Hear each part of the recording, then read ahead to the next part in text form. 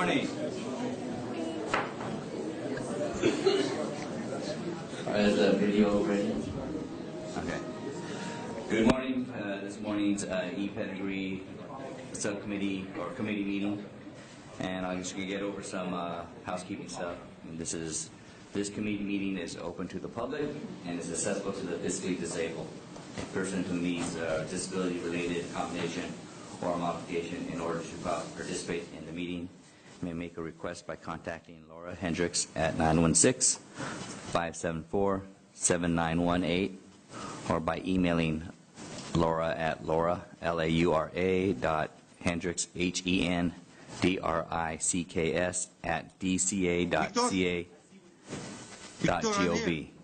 or sending a written request to Ms. Hendricks at the Board of Pharmacy, 1625 North Market Boulevard, Suite N, 219, Sacramento, California, 95834. Providing your request at least 5 business days before the meeting will help to ensure availability of the requested accommodation.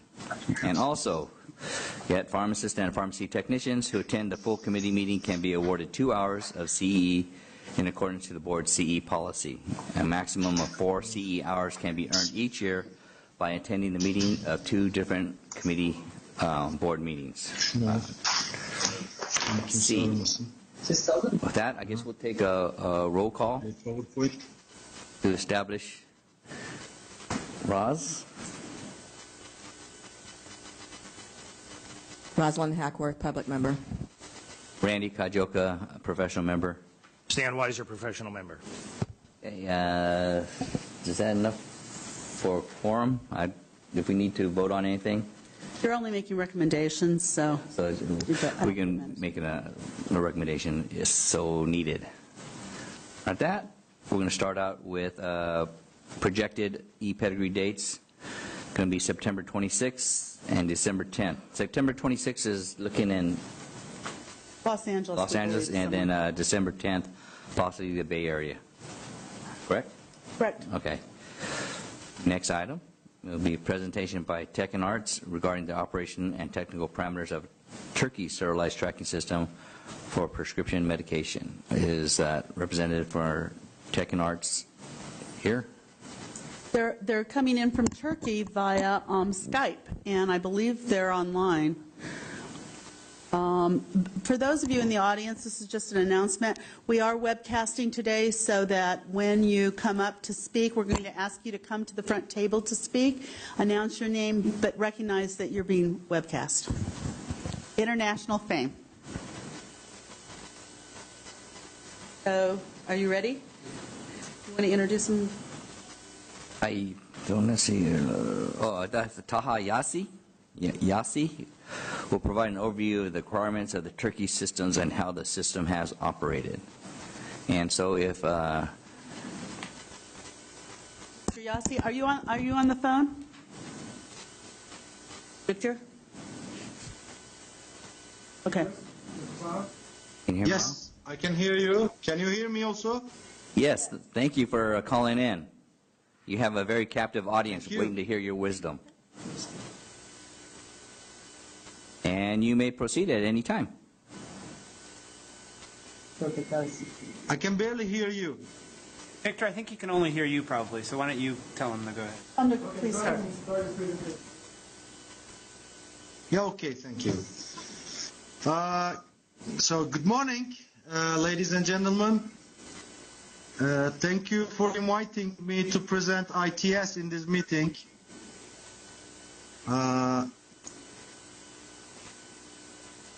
Now I'm ready.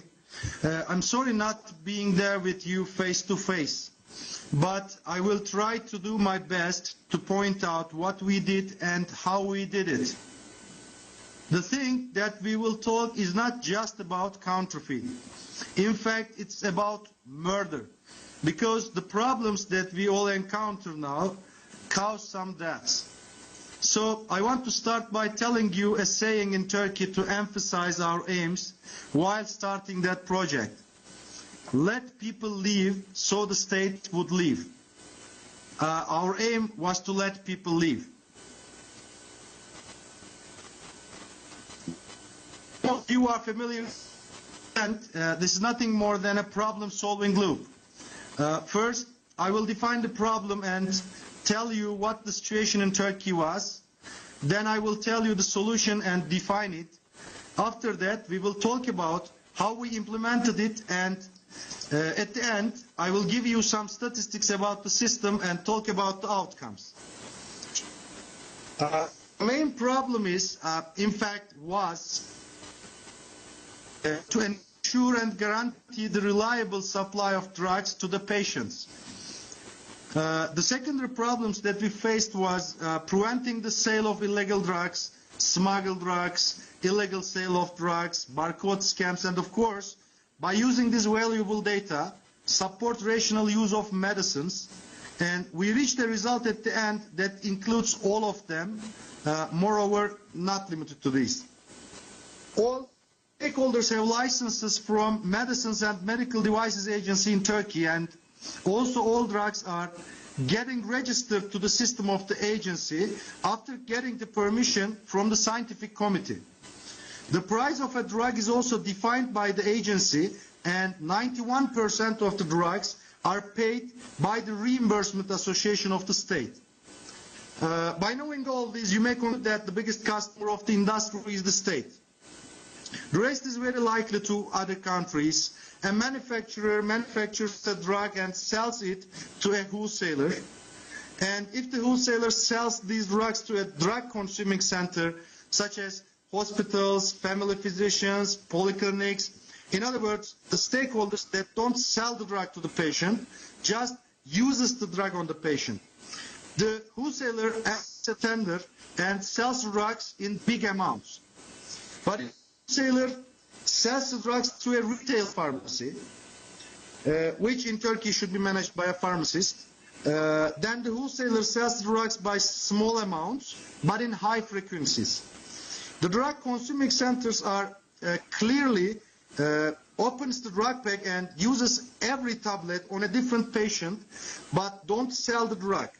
The retail pharmacies, on the other side, sell the drug pack to the end user and rarely get the price in cash, but mostly send the invoice to the Reimbursement Association or an insurance company maybe, if the patient has a private insurance, and paid by the reimbursement entity. So, to the structure of Turkey, let's talk about the solution. Traceability, as all you know, the traceability is defined as track, trace, authentication, pedigree, returns, and recalls. So the solution is ITS, which is word-by-word translation of pharmaceutical track and trace system in Turkish. Formerly, all drug packs in Turkey was containing GS1 GTIN, which is global trade item number, and barcode to make it machine readable. In ITS, we first made the drug packs to be serialized by a serial number, which is a GS1 standard, and marked them with another GS1 standard data matrix to make it machine readable. Then we constructed a centralized repository to make all the stakeholders to notify the central management system about every action that they take on the drug pack. So ITS doesn't have any interface, but doesn't have any interface that's designed for the stakeholder. It has some reach points named as web services that can be used by the software applications that stakeholders use. All stakeholders are using their own management systems, and those management systems have interfaces for the use of the stakeholder, and in the background, the management system communicates with ITS to notify about the action taken on the drug pack. In this manner, ITS can track and trace a drug by using its serial number from the point of manufacture and to the point of dispense. With this way, it's for sure that ITS is a fully interoperable, electronic, unit-level serialization-based track and trace system for pharmaceuticals. As a result, we changed the situation of the pharmaceutical sector from being a high-profit, low-risk sector for criminals to a high-risk, low profit. So, you know, criminals are still criminals, but they move to other sectors such as tobacco, food supplements, or other stuff. Now, in Turkey, in other sectors also. Let me tell you the situation in Turkey after ITS. This slide is the main slide of my presentation. So, first, we have ITS that you can see on the bottom of the screen. ITS is a centralized repository for serialized pharmaceuticals, and we have PTS on the top of the screen, a centralized file sharing platform. PTS is named as Package Transfer Service. In ITS, we are tracking and tracing the drugs by individual packs. In other words, ITS is working on the basis of drug packs. But the real trade doesn't go that way. Real trade is going by cartoons, boxes, pallets, and so on. So we created a new standard of language that can be used between stakeholders to share the hierarchical data that containers include and named it as PTS XML standard. First stakeholder who is making a container is creating an XML file, information of which container includes which drug packs, and uploads this XML file to PTS. After the physical transaction is done, the second stakeholder downloads the XML file from PTS and learns the hierarchy of the container. Then resamples some of the drug packs in the container to verify the XML file data is correct, and uses the data of drug packs in the XML file to notify the action to ITS. After telling you ITS and PTS, let's have a look at the workflow. Yes. A manufacturer manufactures a drug pack and sends a manufacturer notification to ITS, as you can see at the bottom of the screen. This is the birth record of the drug pack. Then, after an order comes from a wholesaler, the manufacturer sends the sale notification to ITS for the drug packs that he will deliver and creates an XML file containing the container hierarchy and uploads it to PTS. After the shipment is done and delivered to the wholesaler first downloads the XML file from PTS and uses the drug pack information in XML file to notify ITS about the purchase action. After the wholesaler sends the purchase notification to ITS, the ownership of the drug changes. A retail pharmacy or a drug consumer center sends an order to the wholesaler. The wholesaler sends the sale notification to ITS and uploads the XML file to PTS, as the manufacturer did. And he sends the drugs to the corresponding stakeholder, the retail pharmacy or the drug consuming center, downloads the XML file from PTS and uses the information of drug packs to notify the purchase action to ITS. For the drug consuming centers, the consume notification is done right before opening the drug pack and head of the drug system, and the system prevents this drug to be used twice.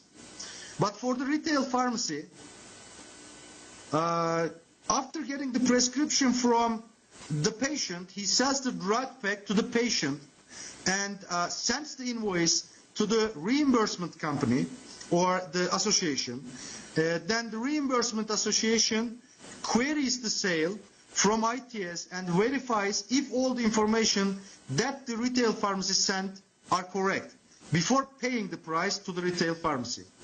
Then he pays the price and cycle ends. So, phases, we implemented the solution in 3 phases. First phase was the preliminary phase, including workshops with the industry, defining standards, making the legislation, and defining the timeline.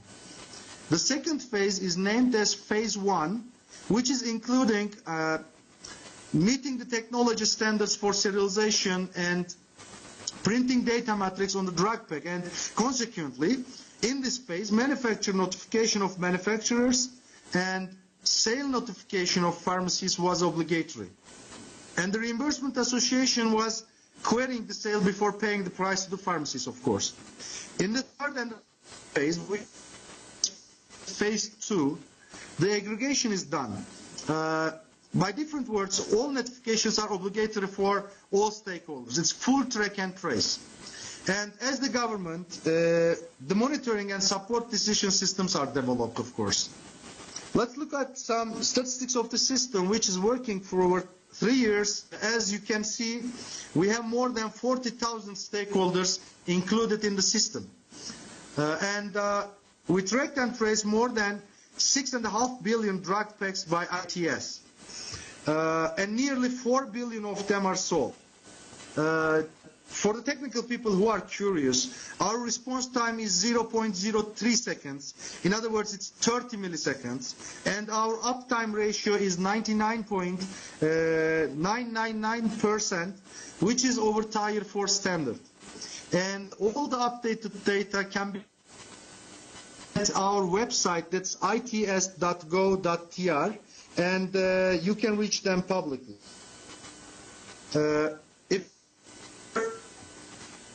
Our main objective was to ensure the reliable supply of drugs to the patients. But we achieved more, that you can see. We prevented the sale of counterfeit and smuggled drugs, prevented illegal sale of drugs, barcode scams, drug thefts. These 5 issues give us a saving of $1 billion. Let me say it again, it's $1 billion savings annually. By considering that pharmaceutical industry is $10 billion in Turkey, the saving has a significant effect. And also, we removed some of the bureaucratic things that saved our time. And the system gave us some instruments to support the fight against narcotics and black market.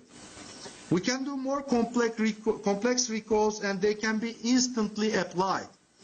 We can recall, for example, we can recall a batch or a half batch of a drug from just some type of stakeholders, and we can do the recall way, such as stopping the sale or efforts in supply chain. And at the time we enter this recall to the system, it starts instantly, and no one can treat against the rule. Also, the data is valuable. We can use this data to support rational use of medicines, create administrative reports, monitor the industry, or we can use this data to prevent tax fraud also. Faster decisions and more consistent estimations can be also made by using this instantly updated data. So you can learn all the details and updated statistics from our website, as I said before, its.tr, and our cell phones and emails are always open to any questions that you can ask. And thank you for listening to me. And also I'm open to any question that's coming from you now.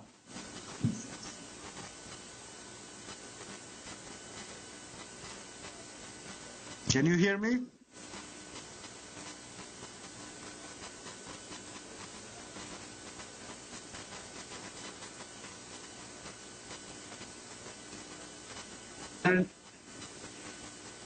Is there anyone? Talking to the microphone, maybe that'll help. Or the phone, I don't know how you've got the connection. Yes, I can hear Victor.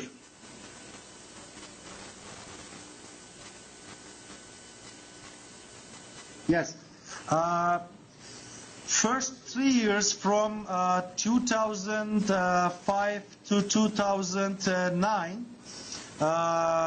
we tried to convince the politicians. So it took about 3 years to convince them, and 1 year simultaneously took for the legislations, and the development of the central management system, and 1 year for phase 1 for the manufacturers to be ready for the aggregation and the wholesalers to be ready with respect to the technology. And it took about for the development phase, and after 3 years it's consistent, and we started in January 2010. It's more than 3 years, I think, now, and the system is consistently working for 3 years.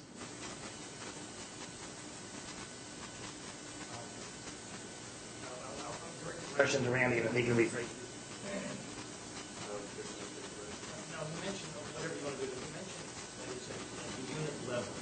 So do they use inference much and to what degree?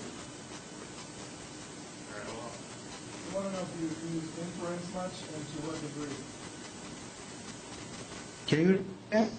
Because our regulations is the smallest sellable unit, which may be a bottle of 100, but it may be shipped in a case or a pallet. So there's inferences on the table to infer that the pallet or the case says what the bottle is inside that.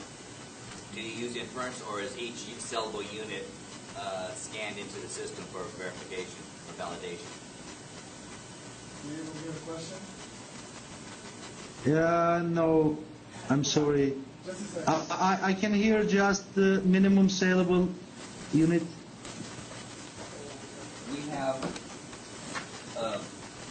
sellable, Yes. the pedigree goes into the smallest sellable unit, but Yes. to ease the process through the supply chain, there is inference that could be implemented, and the inference would be that bottle, that smallest sellable bottle, could be packed in a case, which then may be packed in a pallet. So instead of breaking down each pallet, each case to scan that sellable unit, inference is in place. Do you use inference in your system as well? Yeah, of course. That's the biggest point. That's the biggest problem of phase 2. In one of my slides, I said that PTS, package transfer service, and that secondary application solved our problem, because ITS is working for each drug pack, each minimum saleable unit, the smallest saleable unit. But PTS is containing the hierarchical data of which container contains which drug packs. So between the stakeholders, there is a system named PTS to share that hierarchical XML file between the stakeholders. So the aggregation part is really hard. I mean, was really hard for us. But after implementing PTS, we solved all of our problems. I can give you an example like this. The wholesalers are grading the manufacturers in Turkey. For example, for the manufacturer X, if manufacturer X is working based on a good standard, then the wholesaler just opens the case, opens the pallet, and 1 or 2 boxes if the manufacturer X has a quality of service. If manufacturer Y doesn't have a quality of service and often makes mistakes, then his grade is low. Wholesaler, when the wholesaler gets a package from manufacturer Y, he opens all the package and scans all the boxes with his own will, because the system is not deciding on behalf of the stakeholder. Stakeholder decides what to do with his own will. Is that an answer for your question? Yeah, thank you. We have in our language what we call a trusted partnership or trusted relationship, which basically is what you use. Yeah. Yes. AE-rated partners. So thank you. Yeah. It does address the fact that there could be some areas where it's not so tight, and that's why inference is checked, periodically. Do we have another question? We have a public board meeting in July 30th and 31st, which is our full board. Yes. And I wasn't Yes. sure if you would be able to make it to the States to give this fine presentation. But the offer's out there for you, and hopefully you could make it. But I guess Ginny would be the contact person or her staff to see if that could happen. I hope so. Any other board I hope questions? so. Yes, sir. I would like to be with you in California now, but this morning, about 10 hours later, we have a flight to Switzerland, Basel. So it's really hard for me to come to California for a half an hour and come back to Basel. So please take my apologies, and I will try to be in your next meeting. It was wishful thinking on our part. Or we can go there. Maybe we'll move the board over That's there. out-of-state travel, it's a little hard, out-of-country travel is a little harder to get, we would think. Absolutely. Is there any other board questions? I have a question. Yes. I want to know if they have the stat showing the number or the man hours it took from, I guess, was there any increase in man hours with this program once it was implemented? Okay, what Like board? on the wholesale. The board member asked, did you, and I'm paraphrasing, did you or did the industry complain of any increase of manpower and implementation of this Of course. process? And how extensive was it? Of course. In the first stage, in the preliminary phase, they really fought and resisted to our decisions. But we made a lot of workshops with them, and we listened to them, and in every meeting we created new of ITS to them. After implementing such a system, every manufacturer is happy, because we can prevent the counterfeit nationally, and also they can find out the frauds in their own companies, and they can catch the criminals in their own companies. So it's really beneficial to everybody. First, it's starting with believing. So they believe that the system is also beneficial for them. We convince them that it's beneficial. Then they make the investment, and now the investment they get back the investment that they did, I think. Thank you. Any other board questions? Maybe I can add something. Maybe you didn't ask, but I can add something. I cannot give you the cost of the system because it's confidential by the government, but I can give you the return of investment. Do you know what return of investment is? Yes. Oh, I don't know what yours is. That would be very interesting. I'm sure our business partners would love to hear that as well. I'm sorry. Yes. I'm sorry. The return of investment of the system is 18 hours. Not years, not months. It's 18 hours.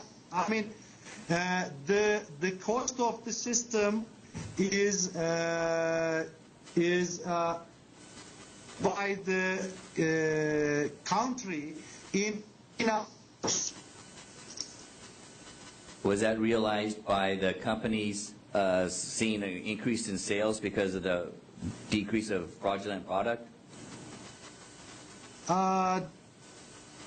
See the increase of sale, but their productivity and efficiency is improved.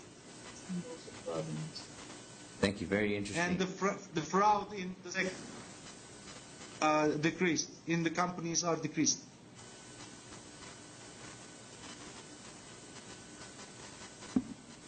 have another question from our executive officer. You're going to have to you're going to have to relay it. This is for the webcast, and then you're going to have to relay it to Tahoe, okay? We are hearing that some companies will not be ready to meet the January 1, 2015 deadline, which means they won't be able to sell their product in California. In Turkey, were there companies that had to forego selling drugs in Turkey because they were not ready? And if so, what was the effect on public health? The question we have is that Yes. California has a deadline that needs to be met for the pedigree process, and we're Yes. hearing from 2015. that they were having some concerns from the manufacturers that they will not be able to make that deadline. So the question we have for you is if you run into the same type of problems where manufacturers were not able to make your deadline, and if so, what kind of impact did it have on public health in Turkey?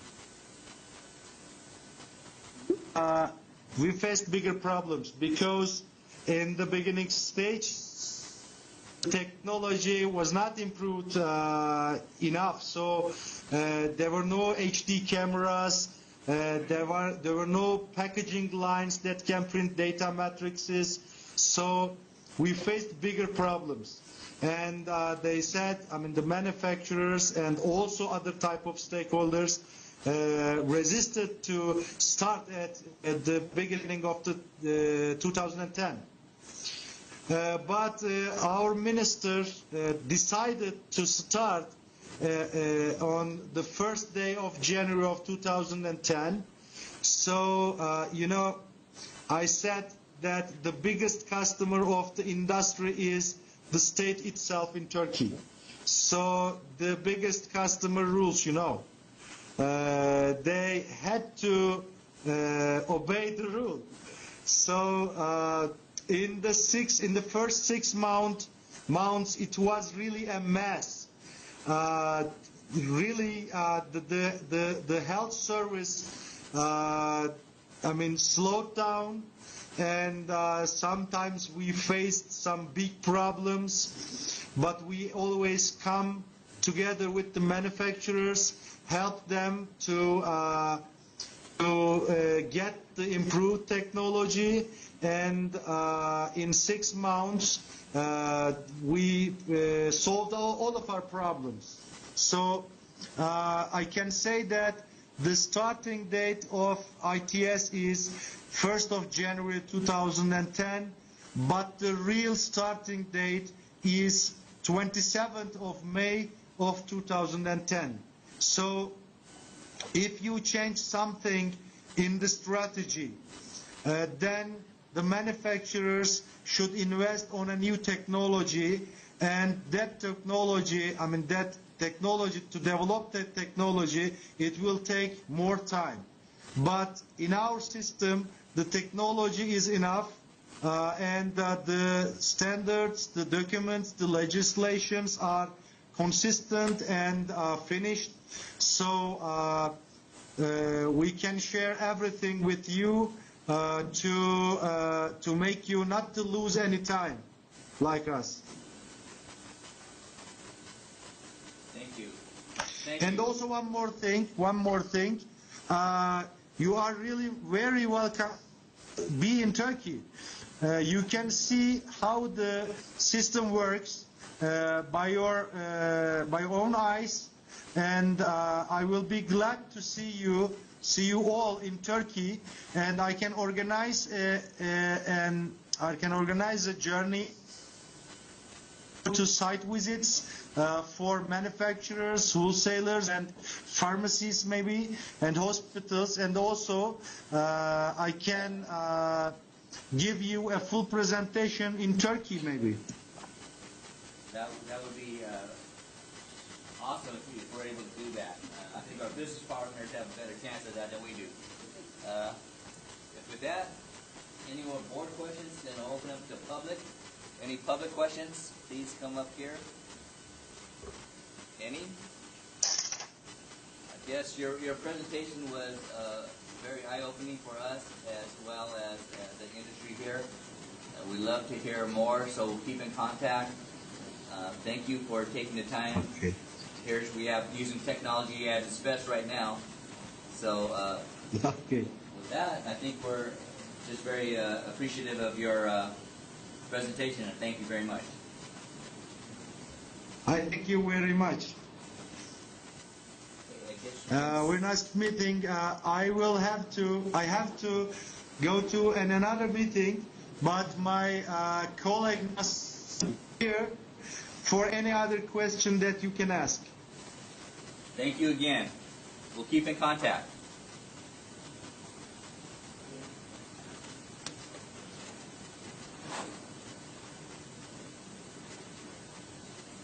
Victor?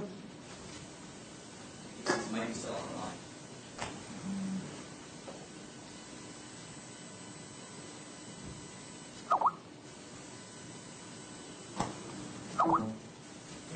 Did we sign him off? Okay. Thank you. That was very impressive. Thanks for arranging that presentation. Go on number 3. Discussions regarding comments submitted by the Board of Pharmacy in response to the federal legislation in April of 2013. That's going to be on attachment A. And basically in April, there's different version of the federal legislation is provided to provide supply chain security was introduced to both the House of Representatives and the Senate. In May, the House passed its version. In the Senate Health Committee has passed its bill, but the full Senate has not voted on this matter yet. Is there any update on that? No, as far as we've been told, it will be next in line or relatively next in line behind immigration reform, which is supposed to be voted on this week. The border security amendment is supposed to be voted on today, and then the rest of it's supposed to be voted on later this week. So that may put the track and trace bill that's combined now with the compounding bill up for next week, but it's the Senate, so who knows? A copy of that letter is, like I said, in attachment A. I'd just like to mention that there was another letter sent by the board president that was sent to the House regarding that House bill that's not included in the packet. I don't. It wasn't in what I printed out. I don't know if did the board members see that letter in their packet? I think there's only one letter. Yeah. So that may have been omitted. Anyway, there was a letter that was sent to the House side expressing the board's general opposition to the House bill in preference for the Senate bill. I guess there's a couple of key points in our letter. One is that there was some reservation in our support, and that was contingent upon some of the items that we felt did not protect the Californians to the degree we wanted our bill to do. There was strong support of the idea of having a multidisciplinary group, having one legislation that covers 50 states, so there wasn't a bunch of just small variances.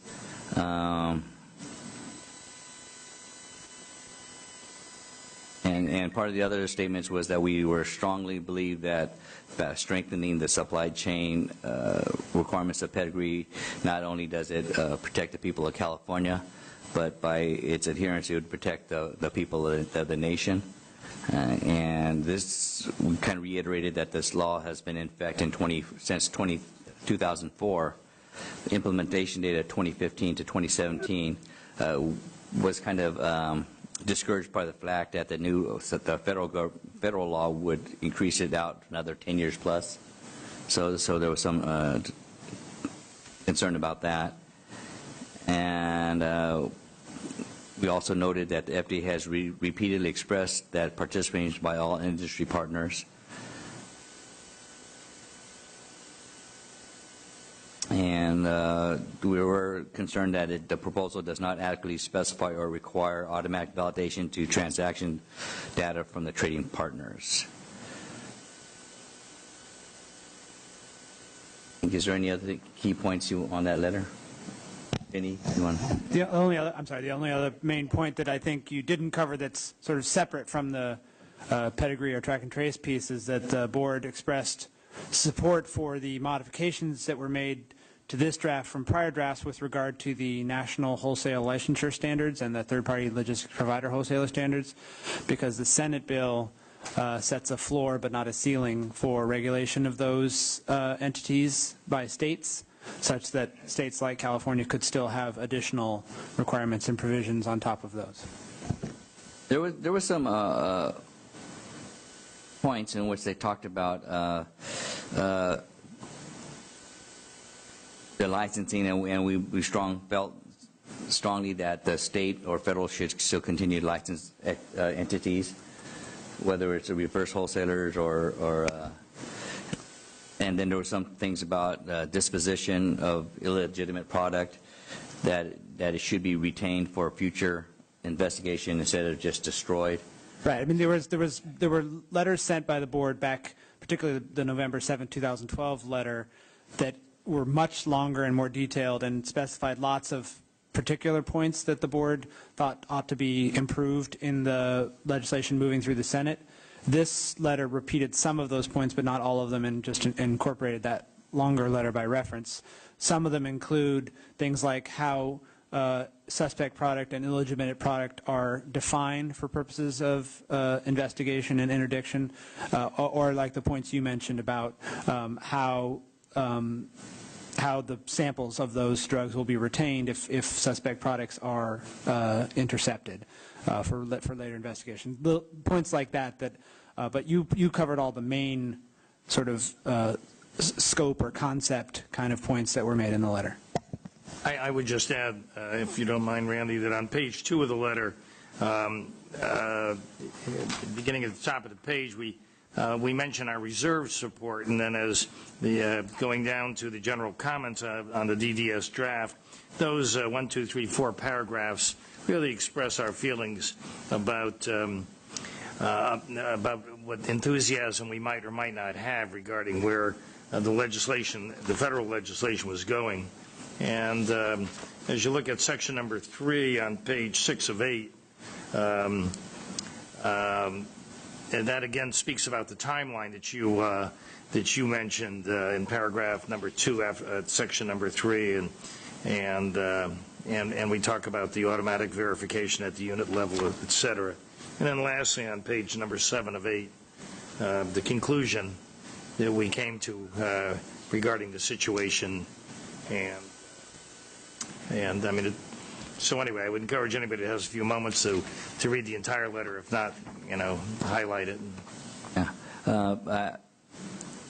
Because there is some detailed, questions about definition, question on it should be at the dispensing level. There was some question on, who should be the reporters, if, anywhere down the chain, should they report a discrepancy? Have those being integrated into the new versions or as the federal law? So it's just kind of, we identified them, but there's just no response on it. Well, I wouldn't say none of them have been. There have been some small changes made between the draft on which this comment was submitted and the version that was passed out of the Senate Help Committee, and some of those were responsive to these comments. But it's not possible to say how many of them were at this point, given the constraints of time. But there were a few things that were changed. For instance, that question of sampling, retaining samples of drug products that are believed or confirmed to be illegitimate. There was some clarifying language added to make that more mandatory. That when you are, before you dispose of or destroy a product, that you at least offer the regulatory agencies the opportunity that you will retain a sample for testing. Okay. Any other comments from the board regarding the letter or for the committee? I'd just like to add that we'll put the additional, there is actually an attachment to this letter, and there is a letter that was sent to the House. So we will put those in supplemental materials for this meeting on our website because they should have been in the packet. So I'm sorry they weren't there. Do we have any comments from the public?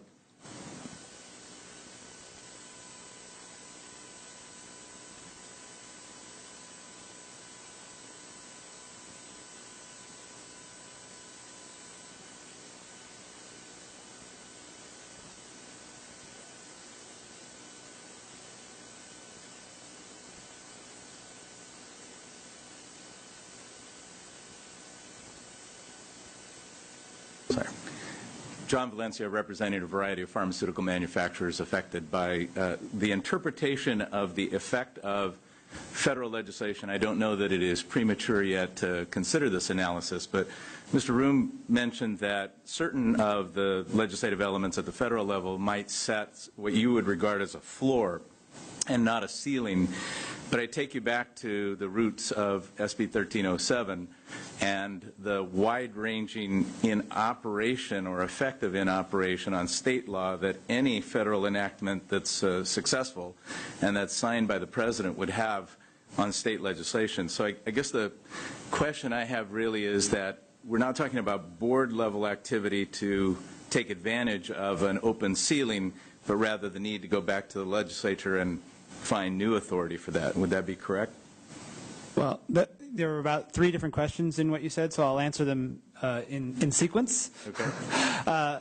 The first question that I heard in what you said was, does the federal legislation have a preemptive effect on California law? And either version of the bill, as written in either the House or the Senate, has explicit preemption language on certain subject areas, one of those being anything related to serialization or track and trace, another being, and this is where the bills differ, is on the national wholesale licensure standards. The House bill specifically preempts any additional state regulation of those entities. The Senate bill sets a floor but allows states to have additional requirements. So on that particular issue, there is not complete preemption in the Senate bill, at least. And within those parameters, and this is what I understand to be your second question, would the board have authority to take additional measures? No, the board would need additional legislation, except that some of the board's existing legislation is already supplemental to what the federal legislation would require, so those laws would not be preempted in terms of like the wholesaler bond, things like that, that may be, because the federal legislation requires only one bond essentially nationally. California has a bond requirement specific to California, so that may be a supplemental requirement, in other words. So there are pieces that are already in place that would not be preempted and would be additional to what the federal government requires, but anything beyond what's in current law would have to go back to the legislature. Thanks very much for the clarification. Appreciate it.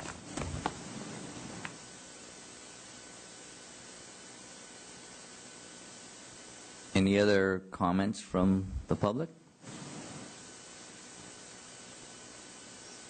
Seeing none, we'll move on to agenda item 4, which is the update on the status of pending California regulations on the requirements for serialized numeric identifiers, reporting on the 50% of products serialized by January 2015, and which is remaining at 2016, and grandfathering. And that's going to be on attachment B.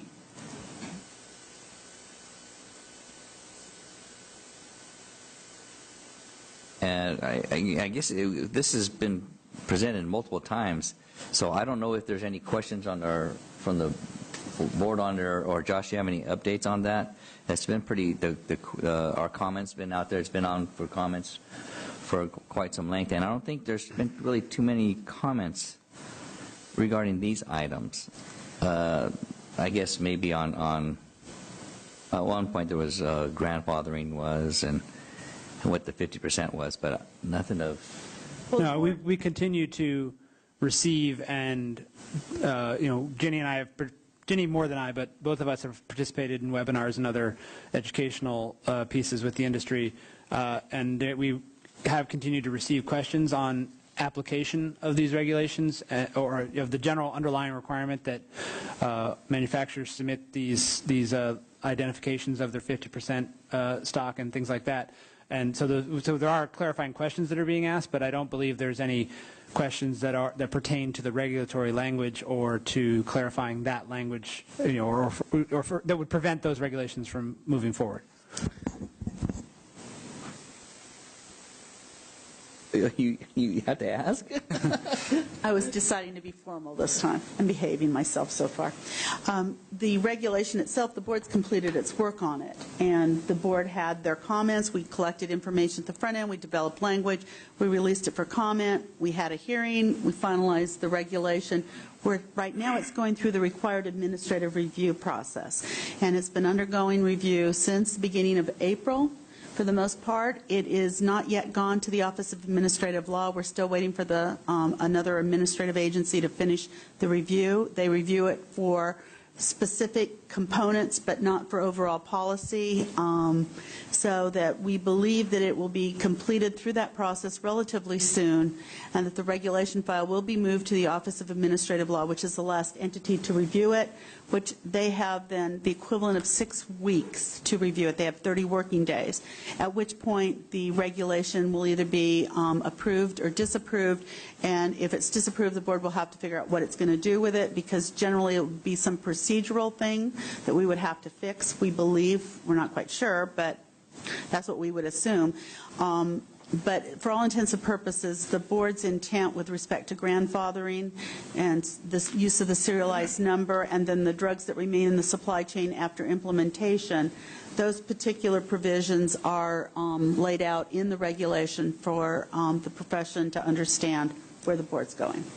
So part of the reason we have it out there is so that people can continue to see what the general requirement is. Any other? By September. Any other board questions or comments? Open up to the public. Any public comment regarding the status or the serialization, grandfathering, 50% rule? Okay. Let's go on to number 5. Discussion on the GS1 Healthcare's U.S. implementation guidelines. At the last board's e-Pedigree meeting, GS1 presented their new implementation guidelines, and this guideline has been agendized for this meeting to ensure that any interested parties are aware of its availability, and that's on attachment C. It is a 100-page document, so I don't know if you guys had a chance, because they've been awesome in coming out and giving us presentations at numerous committee meetings and even, in fact, full board meetings to help share their knowledge of the serialization process. I don't know if they wanted time again or if Well, the show next up for agenda item questions. kind of focuses a little bit on that. On the new pieces? Yes. With that, I guess if you want to come up and focus on, I guess, more of the new pieces of your process, and that might stimulate some more questions from the industry. Is that going to be part of 6.2? Yes. Is that a yes? No, I was going to ask a question. Would it be inappropriate to ask Bob what his impression was of the presentation made by the minister from Turkey? That could be part of his public comment. Ask Bob, see if he answers. I'll let you determine whether or not it's inappropriate, Bob. You can answer if you wish. You can plead the fifth if you wish. Hi, Bob Celeste, Senior Director at GS1 Healthcare US. And so you had asked about our opinion about the Turkish implementation. Can you bring that a little closer to you, Bob? I think Sure. it's, yeah. So we've been, as GS1 Global, we have member organizations in about 110 countries around the world, and we work closely with regulators in all those countries. And we've certainly been working in the past few years closely with Turkey. And as was mentioned in the Turkish presentation, is that they do require the GS1 GTIN, a way of defining product identification. He did talk about hierarchy, and I can't answer that question right now. I need to see how they're doing that, whether they're doing it through our EPCIS standard or whether there's a different way that they're actually using that. So as far as effectiveness, certainly Turkey's been quite successful. We're glad that they're using an international standard and having come up with another unique way of doing this. And again, one of our concerns is that as regulators, and I do have a slide here to give you a sort of an idea of how many countries are developing or working on serialization and track and trace issues. And the sort of patchwork, we always talk about 50 states versus one federal, but we're also looking at across the world 150, 160, 170 countries that are also looking at this. And so our appreciation is once a country starts to use the GS1 standards, how that's more helpful to the industry. A lot of the countries, UK for example, out and out regulates GS1 standards for use in country. Others accept them, and others have ways that we can use them in country. And so we continue to work with all the countries around the world to be able to use a standardized way of looking at products and how they move through supply chains. Not only pharmaceuticals, but we work in about 23 different industries of moving products. I don't know if that answered your question or not, but those are the areas that we're appreciative of using the standards in a way that cuts down some of the different ways that companies would need to mark their products and track them. Well, thank you for your analysis. And I guess with that, is this going to be part of the EPCIS presentation as well? They can just move it into Agenda 5 and 6 together? Sure. Yeah, you have slides that we need to see, right? Pardon me? You have slides, Yes. right? Yes. Yeah.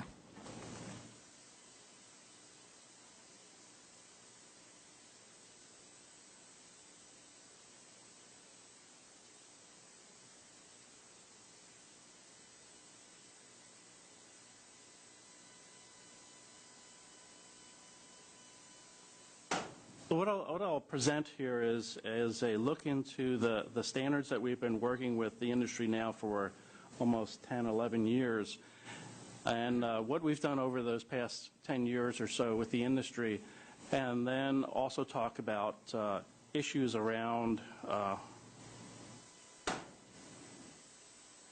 moving forward with the standards in terms of pedigree and track and trace, or rather pedigree and serialization. So I'll go through these slides very briefly, obviously. Just want to emphasize again, GS1 is a non-for-profit standards organization. We work in 109, I know my next slide will probably say 110, different countries. We've actually, 35 years, we're actually celebrating this year our 40th anniversary of the first barcode read in the United States and its use now around the world. We develop global standards. In other words, we work with countries and companies around the world to develop standards that can be applied globally. And then locally, in the U.S., for example, we help companies to apply those global standards to the local, in this case, the U.S. business and regulatory environment.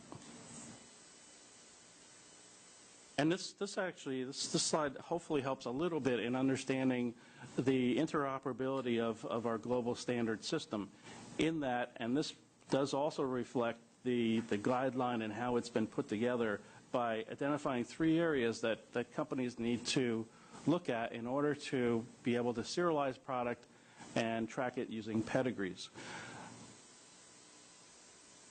So there are 3 things here, and indeed the guideline itself, my estimate was that companies that are applying the guideline to serialization and pedigree most likely will be implementing 16 of our standards. And so that pile of paper, all of our standards are very verbose. That pile of paper we've winnowed down into this small 100-page document, and the document also includes learnings from various pilots that have undergone throughout the years, best practices, and winnowing down some of the choices, some of the creativity that could be occurred in the supply chain to allow some standardization not only within the standard. So what you see here is 3 different areas of consideration. One of them is that when we look at serialization or pedigree or track and trace, we need to be able to standardize, have a standard way of identifying the things that we're interested in the supply chain. And so for pedigree, we're interested in 3 main topics. One is the product itself.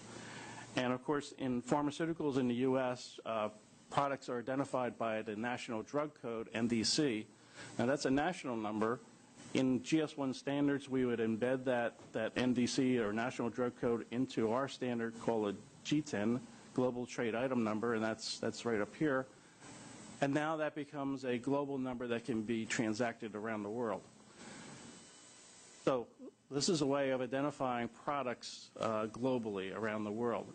Another issue with tracking items in the supply chain is, for pedigree purposes, is that these products very quickly get broken down in the supply chain, from pallets right down into eaches and back up into totes and possibly many totes, depending on how many wholesalers are in the particular supply chain.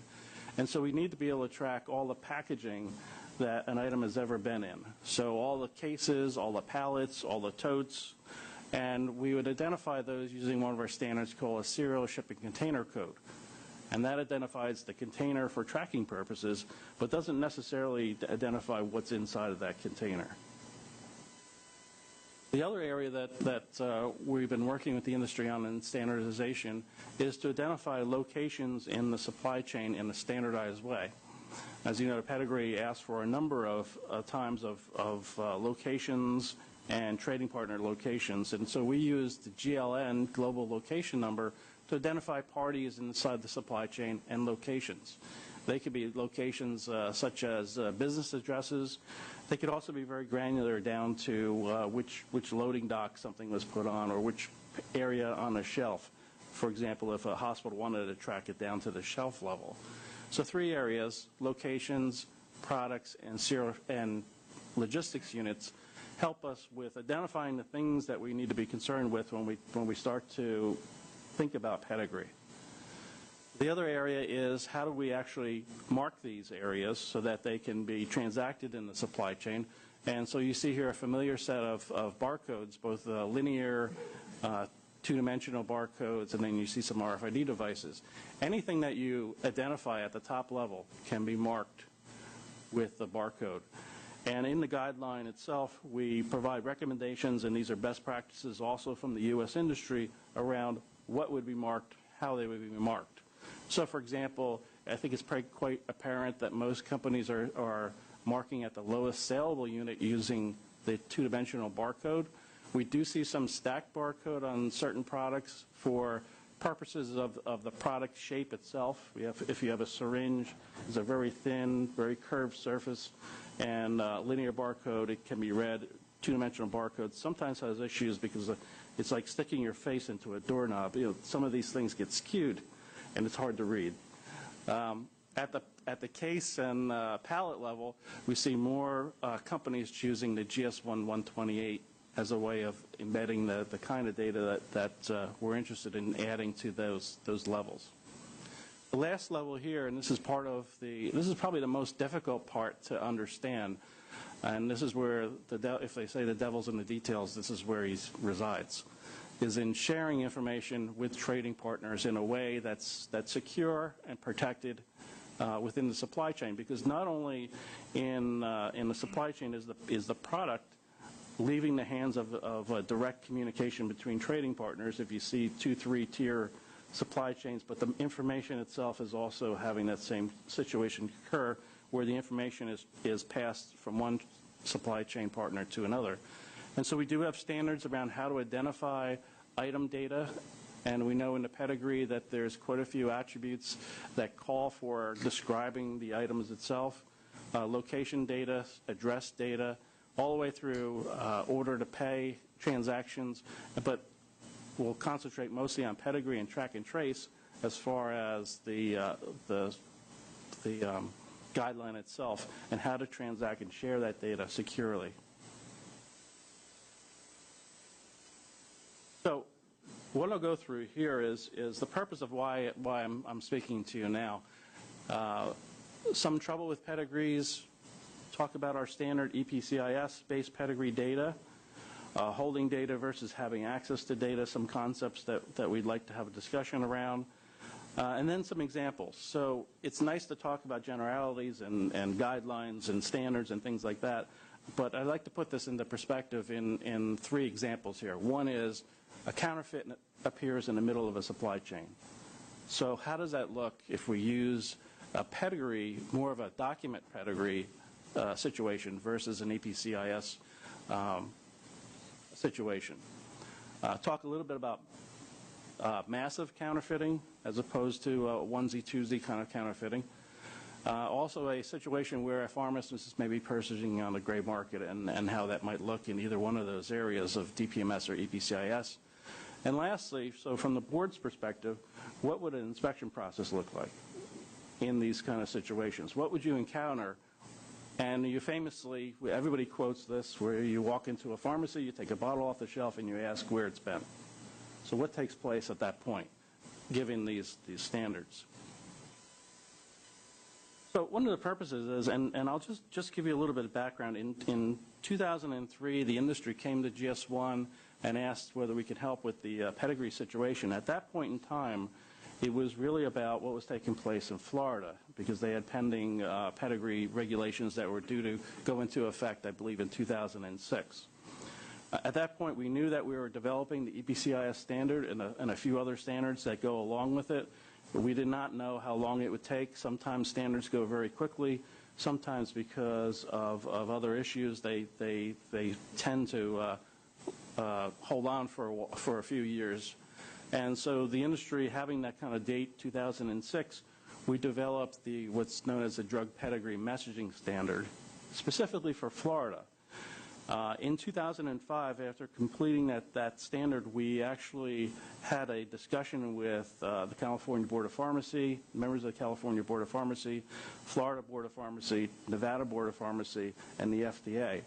And the question at that point was not whether you would accept our standard, but would you accept a pedigree that was based on the standard? So we gave an example of what a pedigree would look like, and the question was, would you accept this as being acceptable for compliance purposes? At that time, the answer was yes for the drug pedigree messaging standard. And so that was a relief. It meant that companies can make investments, they could go forward with their investments and implement. Right now, we're at the same stage with EPCIS where we, other than what I'll explain to you today, we'd like to have that same kind of conversation where we would bring a pedigree that was based on EPCIS standards and ask the same question. Would you find that pedigree acceptable for compliance reasoning? It really makes a big difference because companies today are making massive investments in their pedigree systems. A lot of them would like to use the EPCIS standard as that platform. I'll go over some issues with the current pedigree standard. 5 years ago, this slide was pretty much empty. This is a picture of what's going on around the world for serialization and track and trace requirements around the world.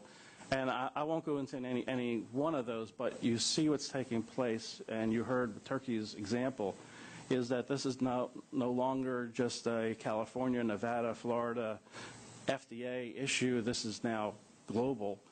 And companies, especially global manufacturer companies that see this on the horizon, are really interested in a standardized way of serving all this. And this is why you see the two-dimensional barcode, for example. Initially, California had asked for a product ID and a serial number. But we see more and more companies coding their systems and creating barcodes with not only those two attributes, but also expiration date and lot number. And it's due mostly to what's happening and being asked for around the world. One way of doing it around the world, not a lot of alteration and changes. And so companies are trying to get in front of a lot of this and and provide answers that can be applied globally. I think the addition, just as a side note, from a pharmacy point of view, the addition of lot number and expiration date in a barcode is a boon for pharmacists and for pharmacy management. If you think about the ability now, once that occurs, to manage product by expiration date, and also to have in your systems to know that whether you have that lot or not when it gets recalled is a big boon for patient safety. But this is the situation around the world, and this is growing. Again, I said we just celebrated our 40th year of the first barcode being read and all the issues around that. In order for pedigrees to work, we need to have a high level of automation. As I said in a number of my presentations, the big issue here is that bottles of drugs travel inside of logistics units, cases, pallets, totes, and so on. And in order to know where a bottle has been, we need to know where their packaging has been and be able to move back and forth between that kind of granularity. Automation is important at the large company level, obviously, for the amount of throughput that they do and the amount of automation that they already have, and also for small pharmacists to be able to not encroach on their day-to-day jobs as little as possible. And lastly, the gentleman here, I found someone that looked like an inspector, I don't know. But if, yeah, that's the inspector right there. But if you imagine wading through a large pedigree that may be, I just want to estimate, 30, 40 pages long as an inspector. So these are the kind of situations where an automated process, and I'll contribute an EPCIS option, makes a lighter tote for everyone to carry, and also a more automated way of analyzing the data inside of that piece of data. So the other thing I'd like to say is just a reminder that in regular transactions, we often refer to those transactions with identifiers. So when we talk about an invoice, we always talk about what was the invoice number. No one would ask you what was on the invoice or what line items. If you look at the row number for the product, and often you'll see a product identifier on there. And it's the same thing here that we're trying to do with EPCIS. We're trying to strip away everything that's not essentially necessary in order to tell the truth of what took place in the supply chain, and then be able to add that information later if we need to produce a report or we need to add that rich data back. This is Jenny's favorite slide. And I have to apologize for this, but it's very difficult to talk about EPCIS events and things that are happening in the supply chain without this kind of thing. But essentially, if we look at the pedigree as a document, and essentially this is what the DPMS standard, again, as like you said, it was developed for Florida, and what takes place through the supply chain. As information gets moved through the supply chain, it's added to and it grows. And it grows exponentially for a varying number of reasons. And so what we've looked at is EPCIS, which is more event-based, it's granular, and it tells us a story of why things occurred. So, and I know this is an eye chart and it's horrible, but it is what it is. So that C there is really the important piece, which is what was occurring in the business when this data was gathered. You see a C there for commissioning. There is also a packing event. So when the gentleman from Turkey was talking about hierarchies, this is how we develop hierarchies using EPCIS. We pack items into cases. We may pack cases into pallets and so on. What we didn't want to do is constrain the industry to a certain numbers of packaging, because once you do that, someone always comes up with an intermediate piece of packaging and everything throws everything off. So this allows free reign as far as adding as many of those packing events as you need. So if you have a bundle in the middle, or you have a bundle of bundles, or what have you, you just add another packing event on top of that. And those add up to a hierarchy building up from the each level, through the bundles, through the cases, through the pallet, and then even you could go higher for other purposes, truckloads, container loads, ship loads, things like that you may see in customs clearance and so on. The other area that's very important is this disposition, and this is something new, but it's an interesting aspect of what was the condition of the item once it went through that step. And that's really important, I believe, as far as from a patient safety standpoint. And we've seen this with some products that have gone out, come back, been pulled back, and for some reason have made it back into the supply chain. From a disposition standpoint, though, had that product been marked as being either stolen or counterfeited or a number of other areas, quarantined here, that would have been a sure sign to someone else's systems when they received that product again that should not have been administered to a patient.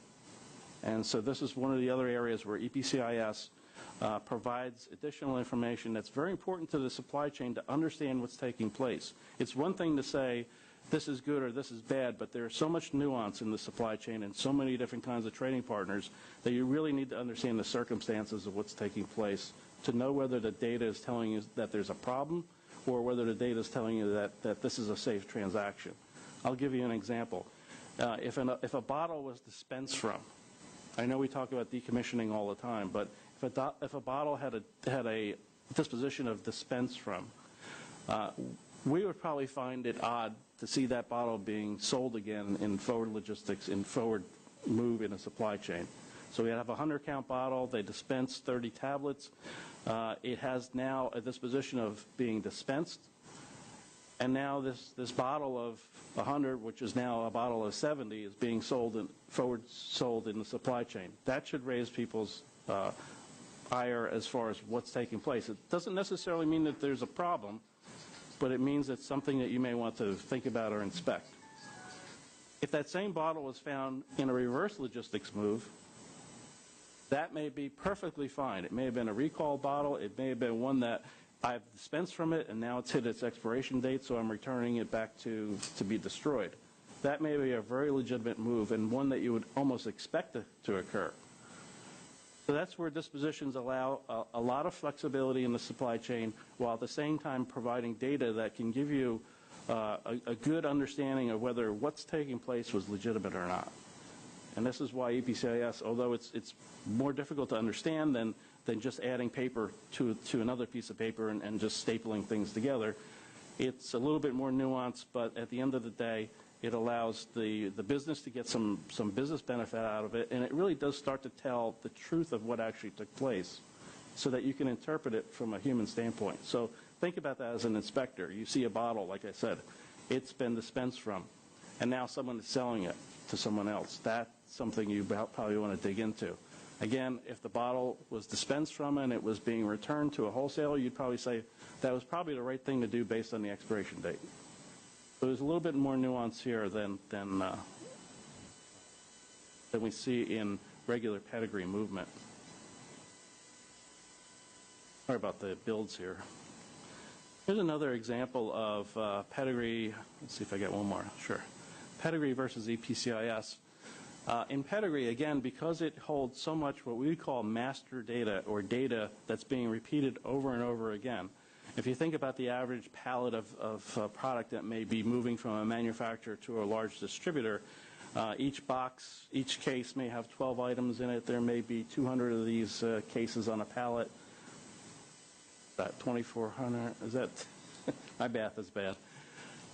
But that's so many times you repeated the same exact data from one party to another. The other piece of it is that different trading partners may have different views of where something is coming from or who's sending it to them based on the information they have. So a wholesaler may have ordering information. They may have ordered from manufacturer X, and this may be the address that they know about. The manufacturer itself may be shipping from a warehouse, or it could be even a warehouse that they have under contract with someone else that controls that warehouse. So here we have two different ship froms, but they're probably telling the truth. They're probably telling the right thing. So the manufacturer is shipped from a warehouse, but the wholesaler knows in their systems about where they order things from. So this is a case where in a drug pedigree or a pedigree standard, there's a lot here to go through, and from a machine-readable standpoint or machine interpretable and actionable standpoint, it's very difficult to be able to tell whether this situation is something that should raise an eyebrow or whether this is a situation that happens every day. If we contrast that with what we're proposing is happening in an EPCIS transaction, where again we're using identifiers for places. And so we start to see identifiers in the guideline. There's a number of identifiers that can be used to identify companies and locations. One of them, for example, is our standard, the GLN, Global Location Number. We do allow DEA numbers, HIN numbers, and serialized GLNs also. But in this case, we're not matching words, we're not matching parentheses, we're not matching commas. The fact that you spell avenue A-V-E-N-U-E and I spell it A-V-E period is not a contention point. We're looking at the identifiers themselves. And we've received the other information, what we would call master information, in another way, either through another mechanism or in another transaction. And that third that third transaction is auditable. EPCIS example of the same thing. EPCIS can be used in a number of architectural settings. As you know, there's been a lot of talk about, is this a central database, essentially Turkey? Is this a semi-central database? In other words, do we put all information about one product in one database and there's another database for another product and so on? Is this distributed, as you see at top here? This is an example of distributed, where everybody has their own data and they make their own decisions about who they share data with. EPCIS is very flexible. It can be used in any of those situations. So that's a decision that has not been made yet by the industry, but the standard itself can be used in both of those situations. Should that decision be made, we'll change the guideline to reflect that architecture. But this is just a depiction that both in a decentralized and essentially a centralized or semi-centralized, the same EPCIS events are used in both cases.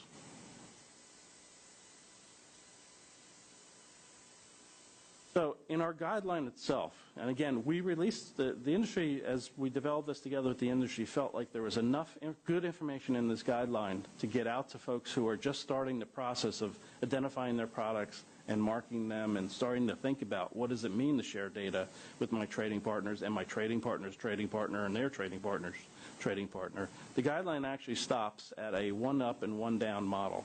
That's as far as we got by February of this year as we push this guideline out. What we're trying to avoid is duplicating a pedigree as it's defined in the law and as it's defined in our drug pedigree messaging standard in EPCIS. And you see an example here. You don't necessarily need to know what each one of these things in. Just know that to duplicate DPMS and EPCIS, you see very graphically here how much data is being created as it moves through the supply chain. It gets bigger and bigger. And that's only 3 trading partners. You can imagine what takes place when we have 5 or 6 different moves in a supply chain. And so what we did was we were challenged by the industry to say, if we took our current model, which is a one up and one down model, what could we do? What's the least impactful way that we can do to actually create the breadcrumb trail or the chain of ownership back to the manufacturer without duplicating DPMS by adding all this, pushing all the information through the supply chain. And so what we're doing, and this is part of what we are hopefully having a discussion with you about, is adding essentially a chain of ownership list, and I'll go through that later, to the one up and one down model. So one up and one down model provides a few things. It provides a very small amount of data that needs to be transacted between trading partners. Should we have, and I apologize to the wholesalers in the room, should we have a bad character in the middle, we have got 2 other trading partners that have data from them to be able to verify whether there was a problem in the middle. But also the chain of ownership list tells us a few things. It tells us where this item has been in the whole supply chain. And it also tells us, again, as I go back to our automatic challenge is, can my computer system, if I'm a dispenser, have a discussion with a manufacturer when I don't have a trading party relationship with them and I don't have some hookup with them from my system to theirs? So this audit trail or the chain of custody also includes the address of the manufacturer's EPCIS information. So my system can automatically have that conversation to ask them the question, did you put this in commerce? Is this yours? Is this legitimate?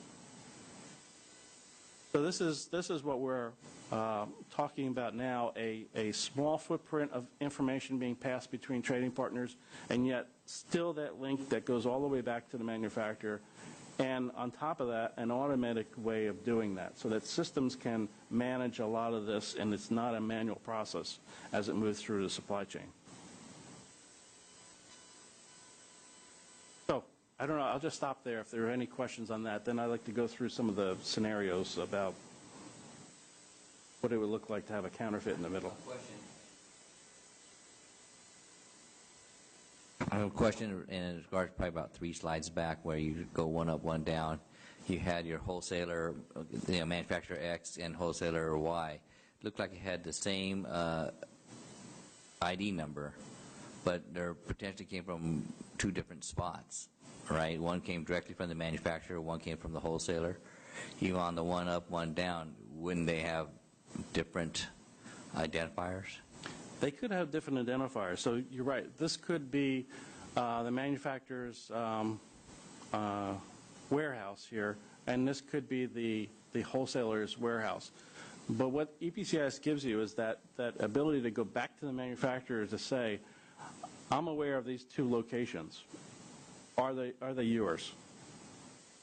Because I may have been told that, if I was a dispenser, let's say, and not the wholesaler, I may have been told by a wholesaler, I received these from this manufacturer, and now I have an ability. This is where EPCIS has a little bit of an edge on the DPMS, in that I can go back to the manufacturer and ask the question, is this, not only is the product been put into service, but is this a location that's yours?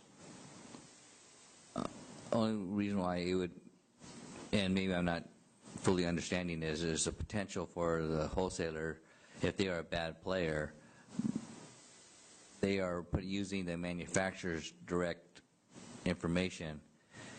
So if it's being shipped directly from the manufacturer and if it's being shipped directly from the wholesaler, two different physical sites, but it has the same identifier, how can you determine which one is actually coming straight from the manufacturer or through a wholesaler? Oh, I see. So this GLN right here, that matches this one? Yeah. This is the wholesaler's understanding of what the manufacturer did in that shipping event. The wholesaler would then have that shipping event Okay, here. so should we have a different electronic identifier? They would have a different one for themselves. Okay. Yeah. Okay. They would actually, in this case, most likely, I played around with some of these identifiers. The wholesaler would probably, it's likely from this diagram that the wholesaler is using a DEA address number, and so that when they transact with their dispenser, they would use that DEA in the transferred by field.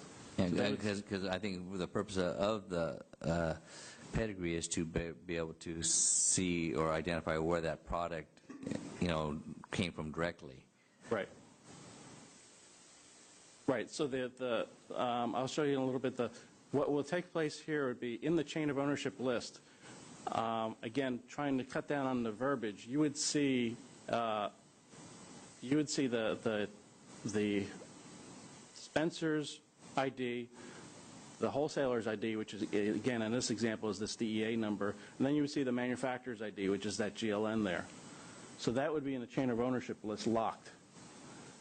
No one can tamper with it, but now we've got a way of going back. And also in EPCIS, we've got the address for where my computer system can go back and do that at a push of a button. Now, how long that takes, it depends on the company's, how they process their data, but it gives me a way of going back where in the DPMS model, I don't have any way of going back to check anything with anyone else.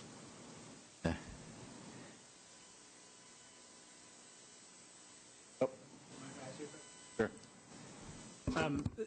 I just want to tell the board members that Bob was kind enough to share a preview of this presentation with Ginny and myself on Friday, so we got a little bit of this stuff and had some questions that came up then. I'd just like to repeat for the benefit of the board members, which is, I had a question about whether there are GS1 subscription costs inherent in participation in this system. So in other words, I know that the manufacturers have to subscribe or be members of GS1 in order to get their GS1 product identifier. Is that what it's called?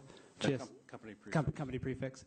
In order to get an assigned GLN or multiple assigned GLNs for all of their various locations, do wholesalers and retailers also need to be GS1 subscribers, or how does that process work in terms of the administrative management and costs associated with those number assignments?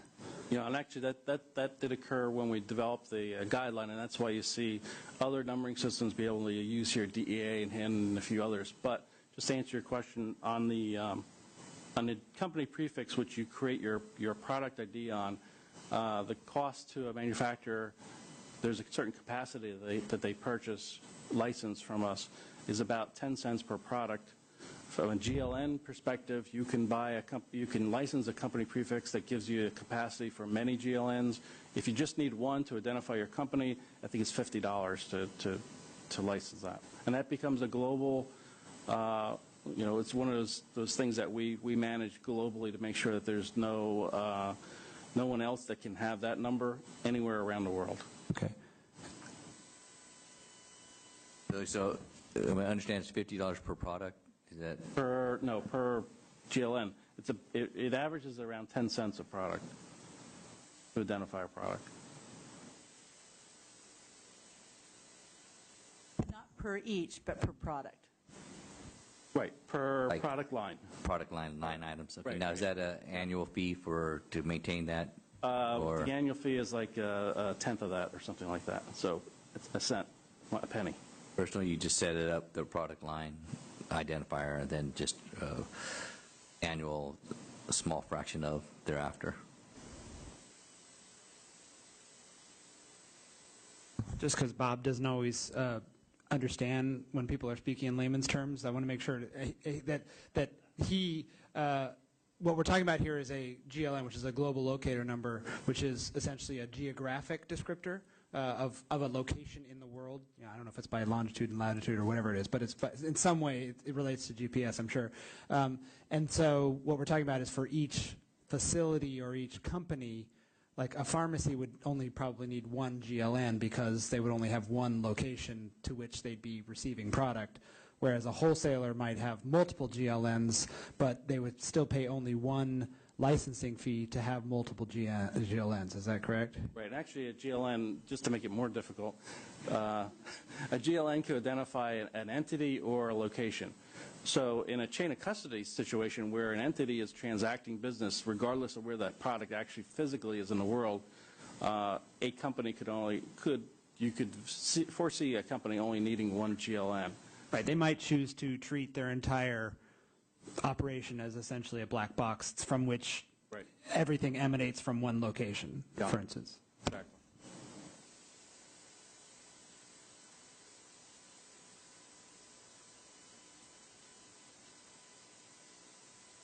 So I put together a couple examples just to bring it back down to real life and not the cartoons that we've been going through, although we'll have plenty of cartoons going forward. So if we talk about a counterfeit in the middle of the supply chain, and essentially what we're talking about is a manufacturer developing, creating products, and these are just phony baloney numbers underneath here. So we've got a product, 1, 2, 3, 4, 5, and now we start to serialize them. And so you see that in this case, the manufacturer had a very short production run of 4 items. And they created a serial number 123, 129, 733, 965, and they sold them all to a particular wholesaler who now holds those items. The wholesaler then could sell those individually to smaller wholesalers or other regional wholesalers or any other wholesaler. And in this case, we're talking about a counterfeit in the middle supply chain, so we're going to pick on wholesaler number 3 as the bad party.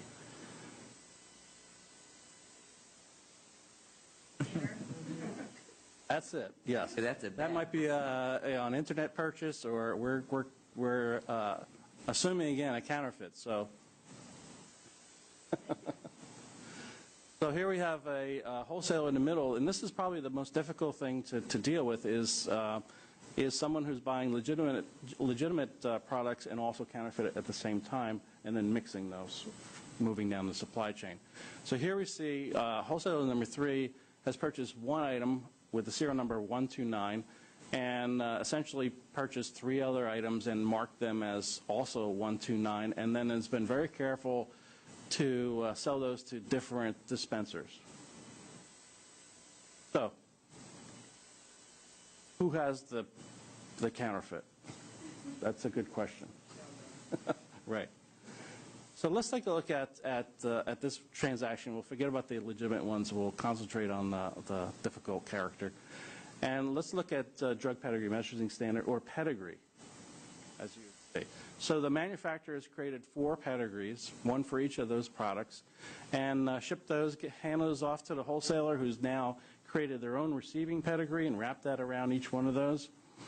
They've also created, in this case, for this one particular item, their outbound pedigree, wrapped that around the other information, and presented that to wholesaler number 3. Now, wholesaler number 3, of course, is our tricky character, and they've actually wrapped their outbound pedigree around that, and they, by the way, copied that original pedigree and created 3 more outbound pedigrees. And then pass those along to the dispensers. Right now, we can't tell, unless those dispensers have lunch together and talk about serial numbers, there's no way for pedigree to solve the situation.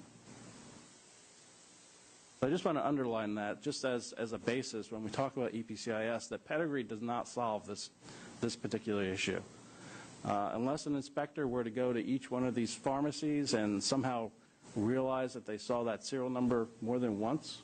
And there again, remember that inspector is going to have to walk through each one of these documents in order to figure that out. Wasn't it the hopes that it would be real-time going backwards and checking to see if that number appeared somewhere else? So if I was dispenser 1 and I scanned it 129, and then another pharmacy opened up a scan to 129 and said, wait, this was already sold? In pedigree, the way it's been stated is that there's no going back to ask anybody anything.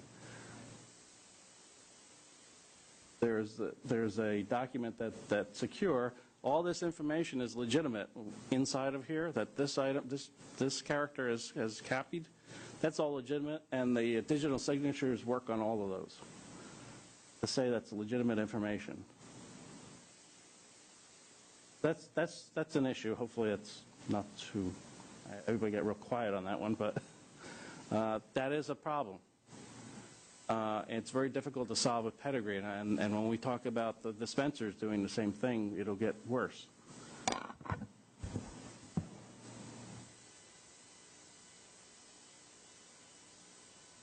I think we've always understood that all we can hope to do is raise the barriers and create complications in the way of, and place complications in the way of those who would otherwise.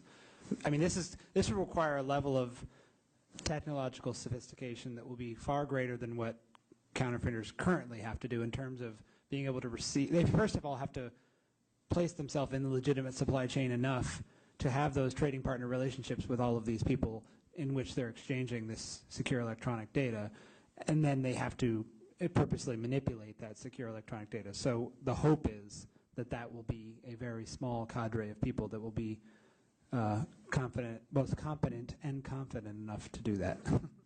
Yeah, and I would say that, again, this is a situation of whenever we present things like this, somebody will always come up with the exception, and there's exception to everything.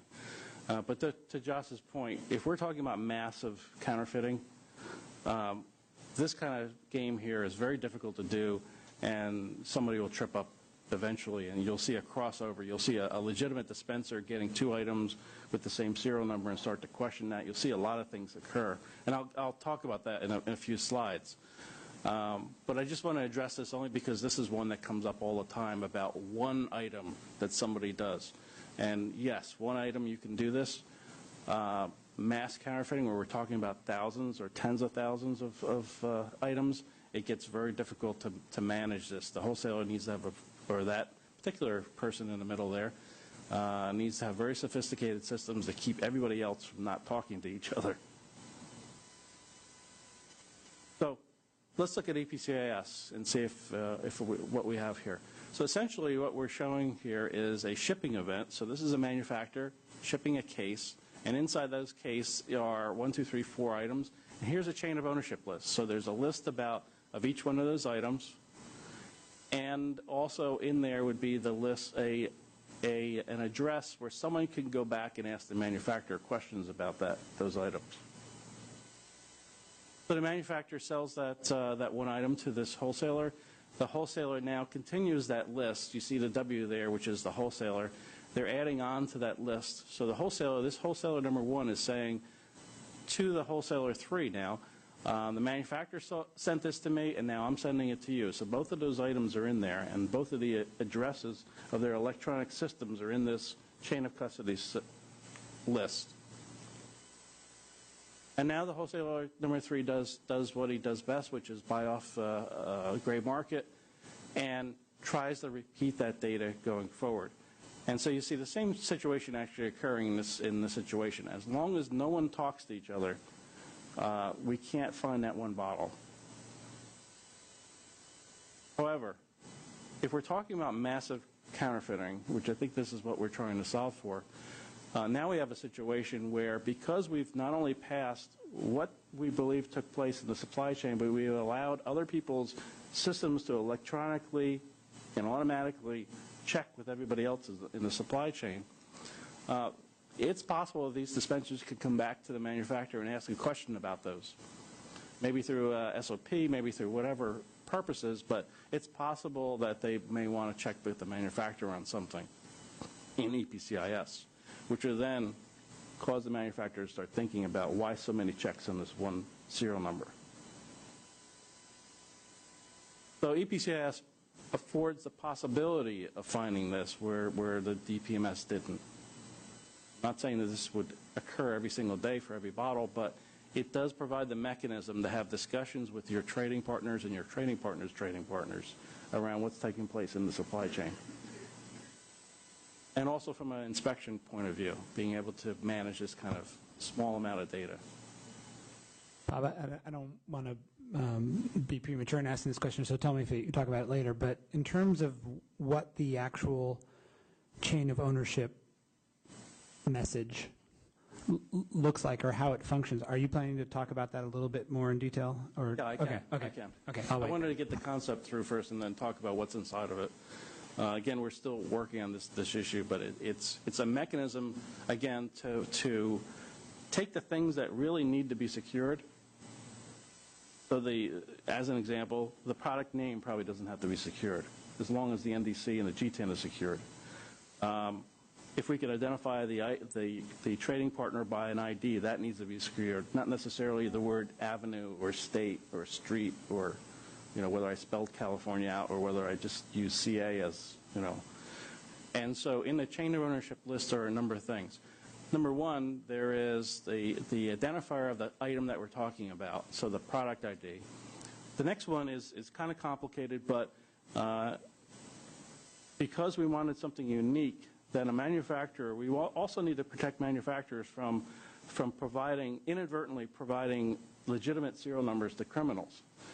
And so in that chain of ownership list is what's called a UUID. It's a way of creating a unique number that most likely no one else in the world could create that number. It's an internet thing. I could give you the calculation. But it's something that the manufacturer would pass, and only folks in the supply chain, I know even there's bad character here, would know about that number and be able to ask a question. So a manufacturer has some semblance of reasonability that who's asking the question has probably held that product.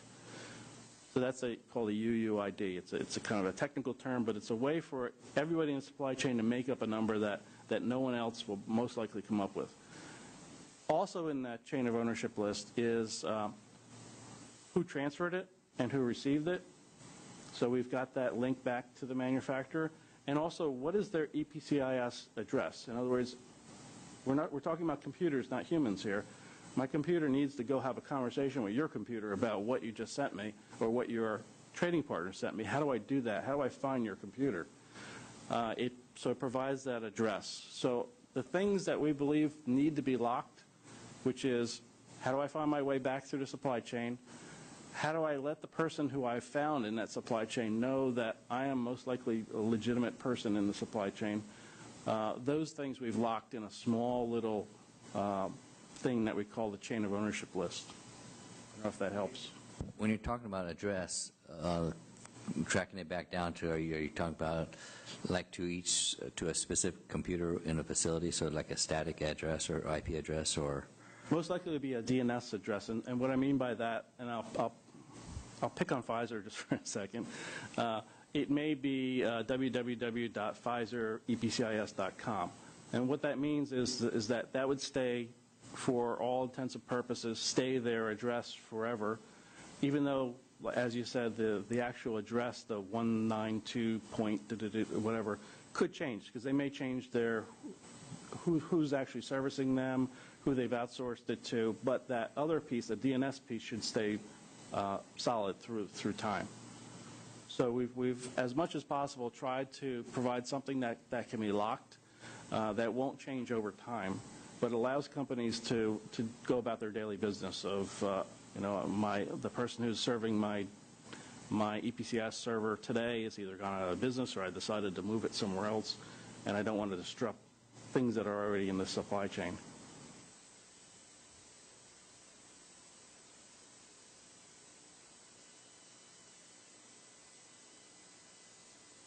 So a second example is pharmacists purchasing off the gray market. So now we've got, essentially all we've done is move the bad guy a little bit closer to the patient. And now we've got a dispenser now that's buying off gray market and also off the legitimate supply chain. And again, we have the same situation in EPCIS where the manufacturer, or rather this is DPMS, manufacturers creating pedigrees for each one of the items. They move that pedigree forward. The wholesaler wraps their information around it. On the outbound, the wholesaler wraps their outbound information in the pedigree. They provide that to the wholesaler. Now this time this wholesaler number 3 is a legitimate party in supply chain. They wrap their inbound information, they wrap their outbound information, and then they provide it to the dispensers. Actually, I'm sorry, that should have gone to dispenser number 2 there. Essentially what dispenser number 2 does now, because they purchased 3 bottles off of nefarious character, they'll actually do the same thing that the wholesaler did, number 3 did in the last example. They'll take the legitimate pedigree, they'll copy it 3 times, and then they'll provide their fake inbound information for 3 of those. And so now they've got 4 bottles they can sell or dispense from. Pedigree can't solve for that case. I mean, in an inspection, if you were wary enough and you could read fast enough, you'd be able to tell that bottle showed up 3 times or 4 times in that inspection.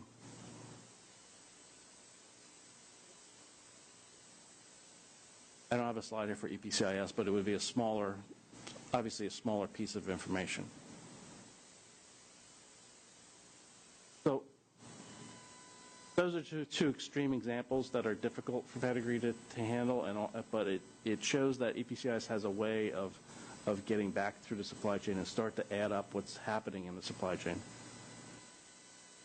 So if we think about the inspection process, so one of the things I just wanted to push out here is that the inspector is going to have the same situation that the supply chain has in trying to interpret information from both of these areas. And I know that this is horrible, and I wish we could come up with a better way of doing this, but essentially an inspector is going to either have to read their way through this pile of data to find what's pertinent and what's changed, or they could possibly do the same thing that the supply chain is doing, is by looking at a small amount of information, the pertinent pieces, the identifiers of things and companies in the supply chain, and seeing whether they see a pattern that's taking place. If you look at a list of numbers, the difference here is that you're either reading a novel or you're looking at an Excel spreadsheet as far as whether you're looking for an anomaly. So back in our other example here, again, the inspector's going to have the same issue that the trading partners have as far as dealing with this information. One thing I will say about the direct pedigree messaging standard, or this pedigree, is that even though I'm showing this data increasing through the supply chain, each party has to actually store that data twice. The reason is because of those digital signatures. So essentially, if you think about Excel spreadsheets, they're going to have to take that data and shove it all into one cell in an Excel spreadsheet. And then as they pick it apart, they can put it in other cells, because systems, just like Excel and Word, like to help us with our data. As you know, Word likes to capitalize everything that starts after the period, and Excel likes to strip out leading zeros. Both of those things would effectively take a pedigree and have the digital signature not agree and show a problem. So if you think of this from a manufacturer standpoint of looking through this information and determining what whether there's an issue or not. A lot of paperwork, a lot of work to read through this and determine what's going on and what would happen if they encountered this kind of situation versus the numbers for the identifiers for trading partners. So the inspector will also encounter the same kind of issues if we try to duplicate DPMS in EPCIS. So the inspector is going to have to deal with all this information here and see whether this all pans out and whether that all makes sense. Versus the chain of ownership list again, which is, I think, a lot easier to look at. We're looking at a lot of data here to pan through to see what's important, why am I looking at this, what's going on in the supply chain with this particular item, versus I've got this item, I know it's been shipped from this wholesaler, and the chain of ownership list leads me back to the manufacturer. You may answer the question very quickly in an inspection. You may actually ask for more information that would need to be pulled through that supply chain. I don't know if you have any questions on that inspection process differences.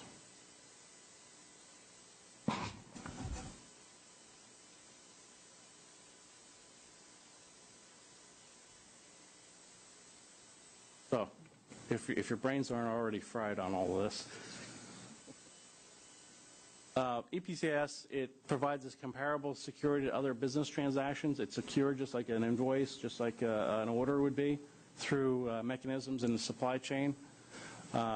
It includes the capability of managing exceptions, and indeed we've been working on exceptions for quite a while, and the next version of this document will outline how those are managed. Right now in DPNS we don't have a way of dealing with exceptions. EPCIS, it's been tested in pilots, a number of pilots. You've seen the Abbott McKesson VA one, I think 2 meetings ago or so. It's more effective in that there's less master data errors that can be pushed through the supply chain. Again, master data changes even in companies. It comes from many different sources, and if we push all those different sources through the supply chain, we end up with some variance in the supply chain. It's a little bit more auditable data. It's better suited for supply chain use. It's more flexible in the value of information, allows trading partners to expose data only about the actual products traded. So we can be very careful about what information we're providing to trading partners and not expose legitimate serial numbers to nefarious characters. It can be supported in many different architectures that still have yet been determined, distributed, central, semi-central. It allows trading partners to choose the amount of data provided to them. So a trading partner, and especially if we think about an independent pharmacy, they may not want all that data. They may want something that a small application could analyze for them and tell them whether they've received a legitimate chain of custody. They may not want to go through all that data. And also, lastly, we'll publish a set of standard messages, which we have done so far, but also the queries. What are the things you could ask a trading partner? How exactly would you do that? That would be in a future version of the guideline. So how do I ask? How do I find out whether this is true or not? Those queries will specify very, very directly.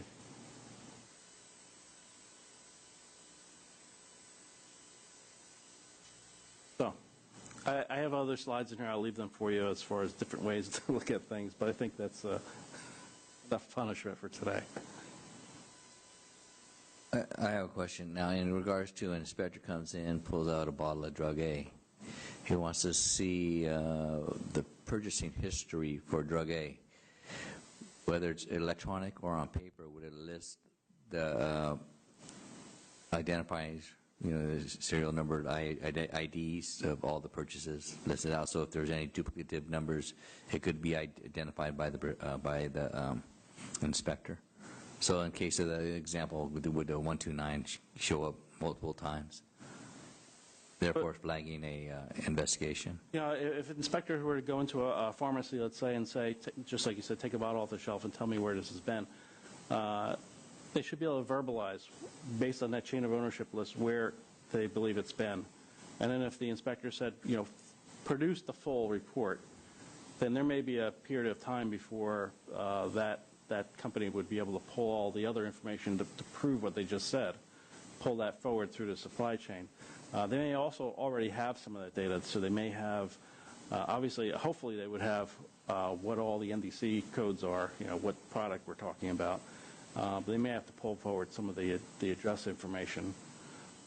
But initially, in a verbal format, you should be able to say where they believe the item is. Because it would, that would identify where the fraud took place. If it was through a gray market wholesaler, his dispensing would outnumber what he purchased, because I doubt if he's going to show invoices from that gray market wholesaler. So that's where you're going to find out that he's dispensed more than he purchased through a traditional wholesaler. If his purchases match his dispensing, then that would lead me to suspect that the wholesaler was the culprit, because he did buy it from a legitimate wholesaler. So those kind of things would key in where the investigator would concentrate their. Right, Randy. I didn't mean to imply earlier that this kind of fraud or counterfeiting could not be detected, but I think it would require utilizing several different investigative techniques by an inspector. So, I think what Bob is saying is that just looking at an individual bottle and seeing everywhere that bottle has been wouldn't necessarily tell you that in the stock of that pharmacy or in the stock of multiple pharmacies are 3 other bottles also bearing the same SNI. But I think if, let's say, the fraud is taking place at the pharmacy level, where the pharmacy has just added 3 new bottles, added the same SNI to 3 new bottles, what the inspector could do is, take a complete inventory of all SNIs and see if there's any duplication, and or see, like you say, look at the dispensing history and see if it outnumbers the acquisition history in the typical way that inspections are done. Likewise, at the wholesaler, if you do a history, if you look at the history of all outbound SNIs, if there's any duplication there, that would be a red flag that would warrant further investigation. So it wouldn't, I think what Bob is saying is it wouldn't automatically be detected. And one of the greatest joys that we're hoping for from the pedigree system is that a lot of this will be automatic and not be forensically investigated later, but that trading partners would have a greater ability to automatically detect fraudulent or duplicative SNIs. What about the decommission of the serialization? Well, that's kind of an interesting topic, decommissioning, and that's wouldn't that negate, or wouldn't that be a flag that there's 2 other or 3 other? But, yeah, I think that lends to our thought that if there was, and everything is possible if you want to spend for it, but if there was a cloud in which you send information and it says, yes, this was sold, so, and you send somebody else says, at point of receiving that, wait, somebody else already received it, that was kind of the hopes, but probably just technologically just wait, Yeah, I mean, I think you're right that a completely centralized cloud-based system would provide the kind of automatic interdiction of those kinds of fraudulent stuff that this decentralized system will not necessarily. And to your point about decommissioning, and that's where I bring that what generally term end-of-life things. So decommissioning has the effect of saying that this thing doesn't exist anymore. It's gone. And if someone was to do that, let's say they did it and that now it can come back into the supply chain or something occurs, the dispositions that we have listed here provide you a little bit better information of what's actually taking place. So a decommissioned item, as we try to work through this, would be very difficult to move back to a destruction facility too, because it doesn't exist, and yet we're trying to move this thing. So that's why I couch a couple of things like stolen, damaged, dispensed as tends to be end-of-life situations.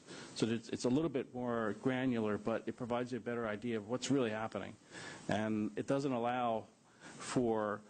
If you think about a reverse logistics move and someone who's legitimately trying to get rid of something that's decommissioned, and yet they get inspected and they have this thing that supposedly doesn't exist, and there it is physically, it's there. Right, and this is still to be worked out in the technology, but my personal sort of policy belief about it is that what is preferable is to have certain ought not to be dispensed again kind of codes, or ought not to be transacted again kinds of codes, like as you're pointing to, not that the number itself would be eliminated, but that the number would refer to events that should raise suspicion about any certain types of subsequent events.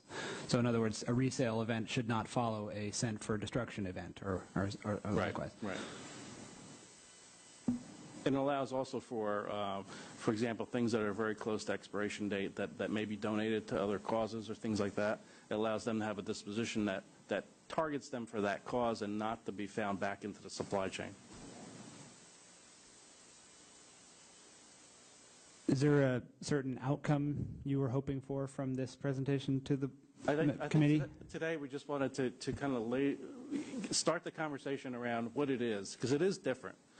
And then come back again, and again, just like with the DPMS, say, here's something that was created using this. Right. There's some pilots that we'd like to have take place around the chain of ownership list, so we could provide some really good data back, and then be able to say, should someone present you with a pedigree based on this architecture, would it be acceptable? That essentially needs to be answered. Otherwise, folks will just not invest and move forward on it. And this, maybe I'll take the board members' direction on this. It may be premature to do this, but one of the things that Jenny and I talked with Bob and the other members on the call on Friday about was the ways in which our law, written originally in 2003, was written in essentially a pre-EPCIS environment, or EPCIS existed, but it wasn't utilized for this purpose. And so it is written in a way that more grammatically or programmatically meshes with a DPMS type of world, where you're actually sending and receiving essentially complete electronic documents. And so EPCIS is different than that. Unless you use the chain of ownership pointers, as I call them, to pull forward the entire chain of ownership data, you would not, in every single transaction, be receiving a complete chain of ownership document. You would be receiving only the document from your immediate trading partner showing their transaction with you. And then if you wanted anything more, you'd have to go out to these EPCIS and identifiers that are housed at individual sites, or maybe housed centrally or wherever they are, to pull in that information. So that's, the board is going to have to consider and decide whether that constitutes receipt of a pedigree or transmission of a provision of a pedigree within the meaning of the law, and or there's the specific certification piece. Well, yeah. Are you able to see the certifications provided by trading partners that are not your immediate trading partners as part of what you're able to see in order to have confidence in the data that you're receiving? So those are the two main I don't want to say obstacles because that sounds too negative, but those are the two main questions that will need to be asked about what is provided under EPCIS and whether it complies with the law. Well, there are two points. I think it makes sense that you know exactly who you bought it from, and they know exactly who they sold it to, but you may not necessarily be able to validate it. They got it from C, D, down the line. And it makes sense if it's 10 years old, the first draft. We don't want to already try to propose something that's over a decade old. So I would think it would be the committee's recommendation for the board staff to use current language as a descriptor, and then we can vet it out and then make a recommendation to the full board on its acceptance. I got you. And just one last thing. So we've done this with a number of industries using EPCIS, and typically what happens on day one, everybody doesn't trust anything, so they pull everything forward. So we did this in the apparel industry, and everybody pulled everything forward until their systems were filled with data. And then they started to trust that it was there, and they said, okay, we'll pull every 100 one. And then finally they got to a point where stability enough where they had good guidance through their SOPs of when you pull something forward, if you had a question, or when you believe that the information was still there, and you could do that. But well, that's exactly why we have this thing going for so long. Is we want the public safety for California is paramount. but we just want to make sure we do the right thing and not just put up, technological barriers for the industry to get the meds out, which is counterproductive to the public safety of California. So it's a long, drawn-out process, and I applaud the patience of the industry and their willingness to share. Sometimes it's sensitive information, but it's necessary information. So we will applaud the industry for taking part. Public safety, that's our charter. I guess, unless there's any other questions from the board, any questions from the industry or public? You want to take a quick break then, or? That works for me.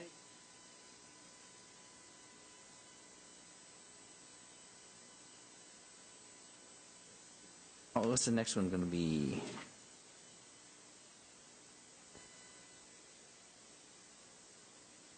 Ooh, inference might be, your call. There's at least one other.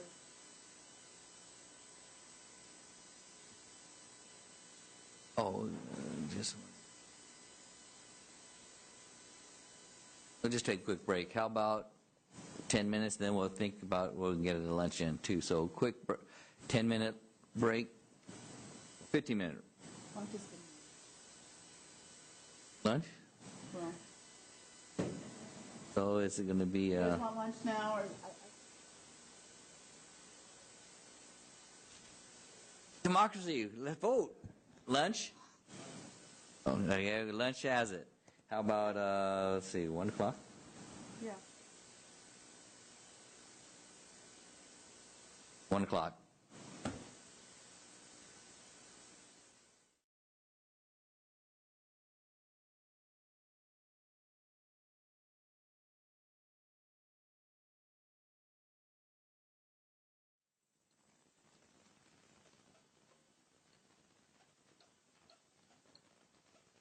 Okay, thank you for coming back, and we're going to reconvene our e-Pedigree committee meeting. I hope you all had a good lunch, ready to interact. We're going to go. It could be agenda item 7, and this is going to be allow opportunity for any interested parties to share with us information on where they're at when. With our implementation schedule. Was there a for sure presenter on this? For sure, we have one. Bill Fletcher is going to do a presentation, so we can start with him. Certainly.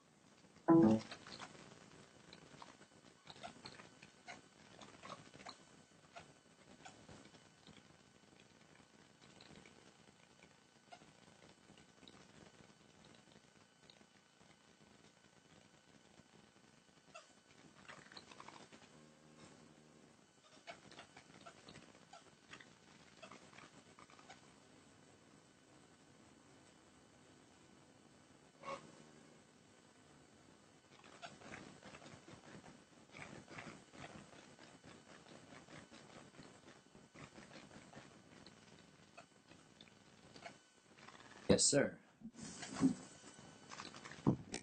All right. So I won't spend too much time introducing myself, but my name is Bill Fletcher. I'm managing partner of PharmaLogic Solutions. And what I do is I help life sciences companies implement solutions for serialization, traceability, largely around the California law. I've helped 18 so far, large companies, rolling on to number 19. And in that journey, I've learned a lot of really good lessons. I don't sell software, I don't sell hardware. I just help them put in place the requirements. I would applaud GS1 when Bob presented the EPCIS notations up there, that's really been helping drive some of the use cases and cut out a lot of the complexity associated with getting those requirements out. So GS1's really doing a nice job of helping the industry define their requirements. So what today's presentation is about is a couple-fold. One, I put together some scenarios that clients of mine and others at industry events have asked me about, largely around the 50% rule. There's still some confusion out there about what constitutes the 50%, and so I just put some scenarios together. My hope was that I would present those today. I think one of the really valuable artifacts from years ago was the Q&A document produced. That was really well done. That helped answer a lot of questions. My hope would be that some of what I present today can be used as the foundation for helping answer some of these questions now, so that as these companies move forward and begin to implement, that they're doing so with the right understanding of what the 50% rule means. I have a couple things on inference in there, and then again, my objective was to leave behind this presentation and let you all look at and give some consideration to this in the future.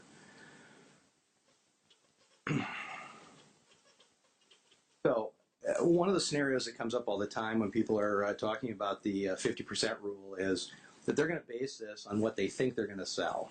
And, you know, things don't always turn out that way. And so what's going to happen is if they come to you and they say, you know, it's December 2014, here's what our 50% is, and this is what we think it will be. And then we find out that for some reason there's some action that causes them not to be able to sell anywhere near what they expected to sell. And there's this sudden downturn. So as they go through 2015, that's not going to be the 50% of the products. So if people want to know what will the ramifications be. All right, and so for purposes of the presentation, I'll ask questions, but they're more or less rhetorical right now. My hope is that we can get some feedback. Okay. I have two attorneys, but neither of them are in the room. I can answer some of these. That'd be great. Or the committee can, or do you want to do it kind of like Q&A? We have lots of Qs already, and I'd like to thank the number of you that have sent in your Qs to the board. We haven't done the A part of it, so we'll get to the A's. We're in the process, as I keep saying, I sound like a broken record, redesigning our website, but we haven't yet quite pulled that one off. One of the things we intend to do is to put a Q&A document up on the website that corresponds to the current law.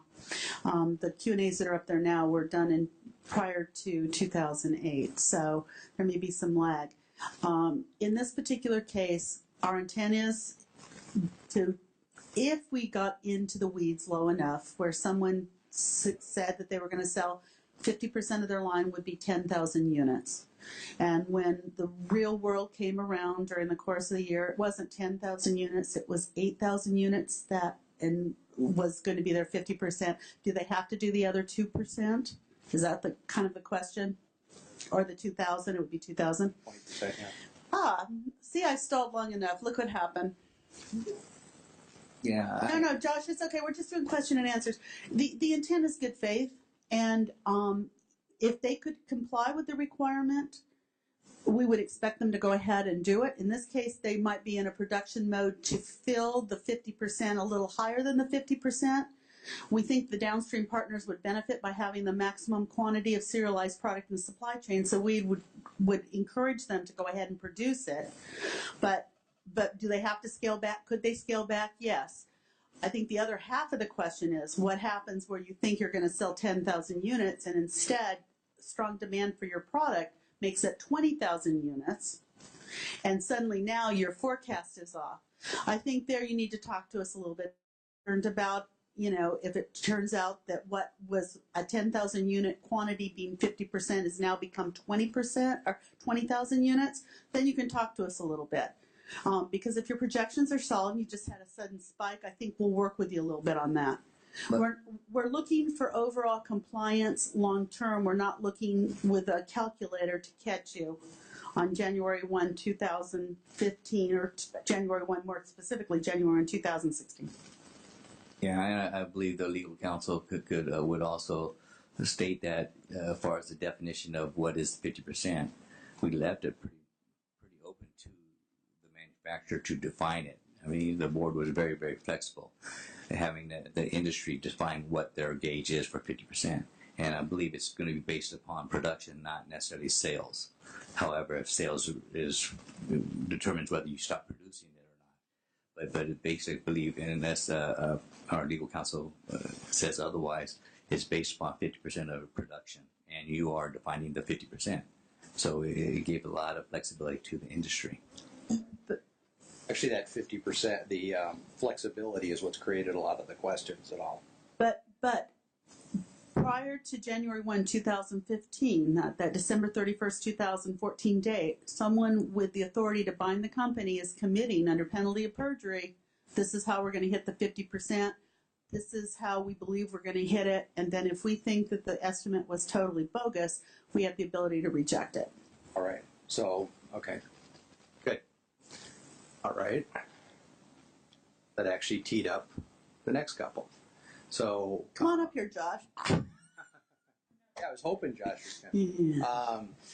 So pedigree goes nowhere. The manufacturer produces serialized goods and ships to a wholesaler. The wholesaler is not yet required to accept the pedigree. What does the manufacturer do with that pedigree before the wholesaler begins to accept it? So they're in good faith. It's 2015 now. They're half goods into a black hole. Where does that pedigree go? Because the wholesaler isn't required yet to receive it. It may come into effect in July 2017 if the product is still in the supply chain. It may not have been appended by the wholesaler because they didn't have to append it until July 2016, but it puts into production a whole series of product that's available to the downstream partners to run tests on in terms of how they're going to handle moving and appending pedigree. And so there's your benefit. So if I understand that, the wholesaler needs to begin to receive and hold these pedigrees so that after their July 2017 date, that they have pedigrees for products that they would then begin to ship further. I'm not sure I said it like that. I think the wholesaler does not have to do anything until July 2016. Right. So again, back to the original question, the manufacturer is producing these and they're sending them, but there's nobody there to receive them. Bill, if I could get your attention over here for a second. Welcome to the front of the room. Yeah, I apologize for sitting underneath your slides, but there's only so many spaces over there. So the legal answer to your question is that the wholesaler is not required, neither the manufacturer is not required to transmit pedigrees, nor is the wholesaler required to receive pedigrees prior to the actual date of July 1st, 2016, that requirement comes into effect.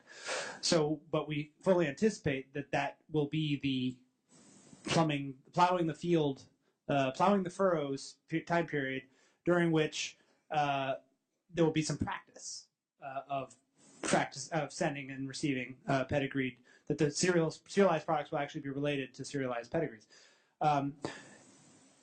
In terms of the sort of sidebar that you and Ginny started to get into, I want to be careful to say that we are not saying that gratuitously transmitted and received pedigrees somehow establish some new requirement. Those would still be product that was in your possession prior to the implementation date. So under our regulation, the wholesaler would still be entitled to identify that product in their declarations saying, this is product we received prior to our implementation date that is not subject to pedigree requirements, regardless of whether it did or did not have pedigrees attached to it. So I don't want to imply that people should be cautious about voluntarily participating in serialization and pedigree pilots for fear of somehow creating a requirement that doesn't exist. The only requirement is that going forward from that date from that date forward, they can no longer receive a product that doesn't have a pedigree attached to it. But beginning on January 1st, 2015, that manufacturer, they're producing their serialized goods that they said they would, and they're shipping those serialized goods. They're ready to produce a pedigree, but no one that they ship to is saying, I'm ready to receive it. That's a perfectly fine situation. Well, I wouldn't say it's fine. It's less than ideal, but yes, legally it does not violate any legal requirements. Got it. But the whole reason, the whole sort of intent behind the staggered implementation, and the whole reason that the legislature, gave that timeline to the industry when it was requested, was that it was anticipated that this 2-year, year and a half period would be used to prevent further delays once the full implementation date comes into effect. Got it. Thank you. I think that will help because this comes up all the time. As we've told several people in meetings, just sort of individual meetings, the board has taken the approach, and board members can correct me if I'm wrong, but my understanding is what the board has said is that 2015 to July 1st, 2016 is sort of the good faith period during which manufacturers can establish their good faith by way of complying with the 50% declaration requirement and sort of starting to send product through the system, such that if they reach that, subsequent to July 1st, 2016 period and are having problems with their serialization, or that their product would otherwise be unavailable to the market because of some problem that has developed, the board is more likely to be understanding and not take that as an enforcement, but more of a working together time period even after July 1st, 2016, if the manufacturer and the wholesaler have to that point demonstrated their good faith. Perfect. Okay. Next scenario is around inventory. So the manufacturer produces products in early 2014 that may not ship from their warehouse until into 2015. Yes, I'm sorry. Oh, that's him. Okay.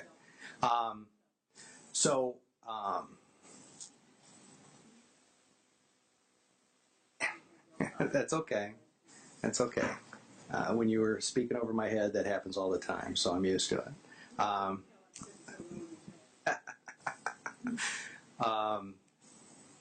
So then, if those items are among their 50% that they designated, can they still be shipped into California because they were packaged and in inventory at the manufacturer before 2015, even if not serialized? So this is, one of the issues in the industry right now is that companies go in and they begin producing products, and in second quarter 2014, they're producing products that may not actually leave their facility until 2015. So what it does, it accelerates when they actually have to have the serialized packaging lines ready and the associated systems to record it. So it's really kind of moved up the clock for a lot of these manufacturers just because of the way they do business. And they're concerned and under the belief that if they're producing these products, the grandfathering thing gets kind of misunderstood here. And there's a belief these fall into the grandfathering. We produced them before the 2015 due date, but they're part of the group of products that they've said will be in that 50%. So could they go ahead and ship that? It would be excluded from the 50%, right? They wouldn't be penalized even though they said. Well, there is not a clear legal answer to this question. This is going to be a sort of board enforcement question, but here's what I'll say. I don't think that anyone anticipated that manufacturers were going to have a clean and clear demarcation between manufacturing runs done, up to and including December 31st, 2014, and those that start on or after January 1st, 2015. I mean, this is the real world we're talking about. Everyone understands that manufacturing takes place over periods of time in runs and lots.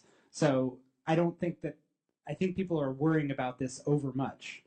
I understand everyone's need to comply and 10K statements and all that kind of stuff, but I just want to make sure that what I would say about that is, again, this is the good faith period. The main goal of this provision is to make sure that manufacturers have a plan in place such that by beginning of 2016, they will be fully serialized for their distribution into California. So I think they should be as forthcoming as they feel comfortable being about where they are in their production process. And, you know, this would have been 50%, except that we started this run, you know, 2 months prior. You know, I mean, I don't think anyone's going to take that too seriously. You don't need to worry too much about exactly hitting 50% at some magical moment in time that's January 1st, 2015. As long as you can show that, you know, if you exclude these 2 months that happened in second quarter 2014, going forward from January 1st, 2015, on the same manufacturing timeline, we would have otherwise hit 50%. You know what I mean? Sort of show that 50% is what you're striving for, and that you will hit it by the end of 2015. Then I think that's, you know, the appropriate way to handle it.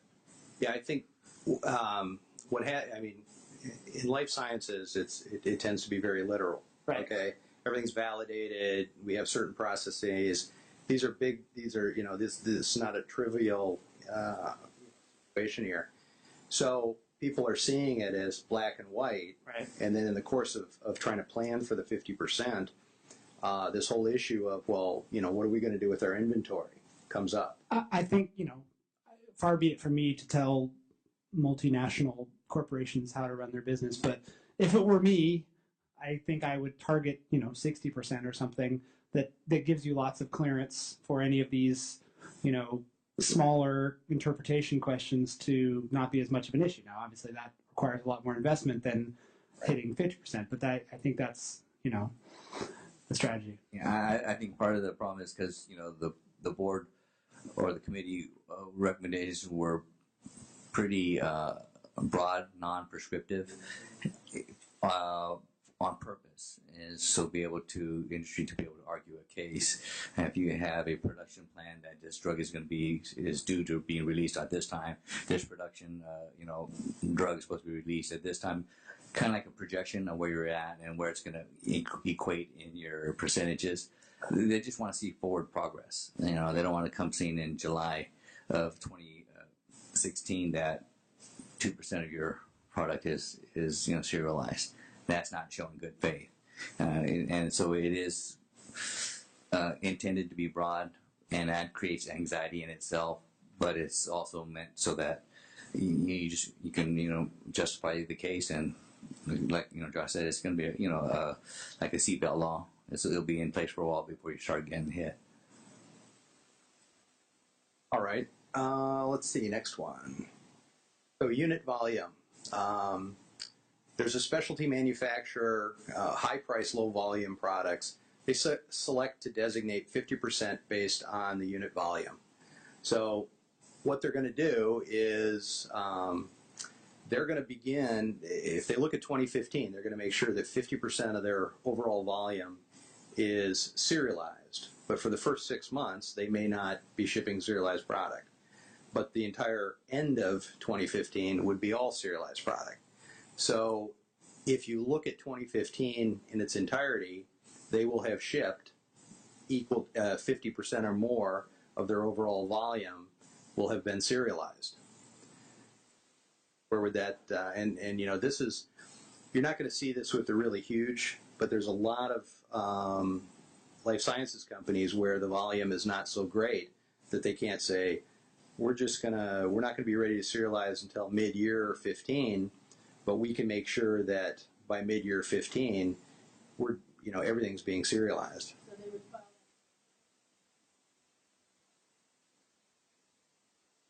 So they would be filing that in their December 2014 plan with the board. And their 50% is the first 6 months they do nothing, the second 6 months everything.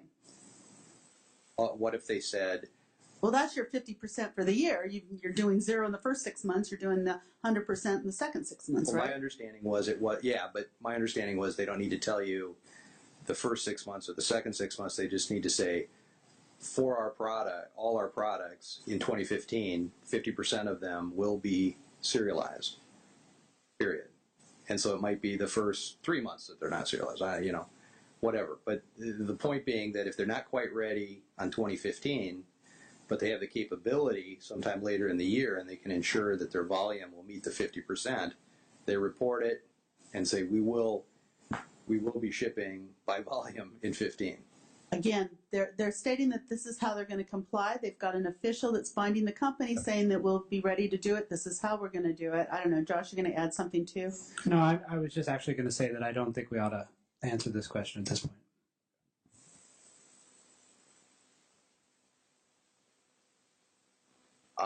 By SKU, so you have a company with 100 SKUs, they'll designate 50 SKUs for serialization. However, the 50 SKUs make up, for example, only 1% of their sales, or alternatively, the 50 SKUs make up only 1% of their volume. So they're picking 50% of their SKU. Yeah, that's what the law allows. So You guys make the definition. yeah, the law specifically allows for various ways of designating the 50%, and SKU package type is one of them. So that would seem to be fine. But it's based on the sales in California that you're basing the 50%. Correct. Yeah. Yeah, that should be implied for all of this, is that this is just sales to California. Yeah.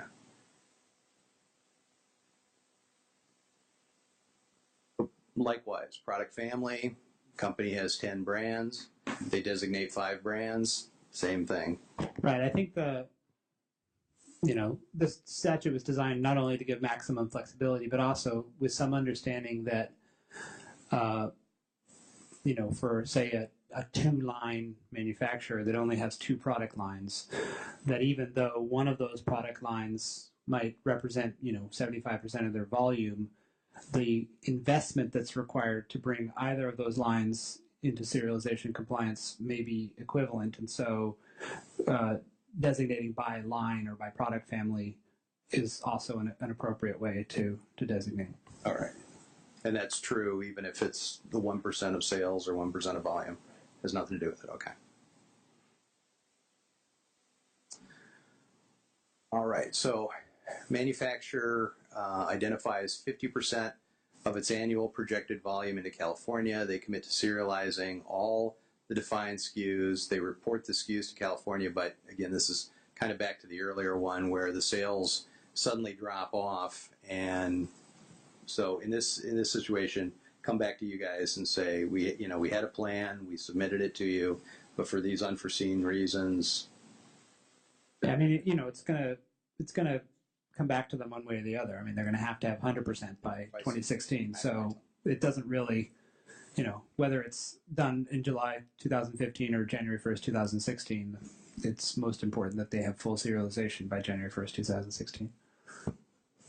Have a chance to report that to us in another year. Right.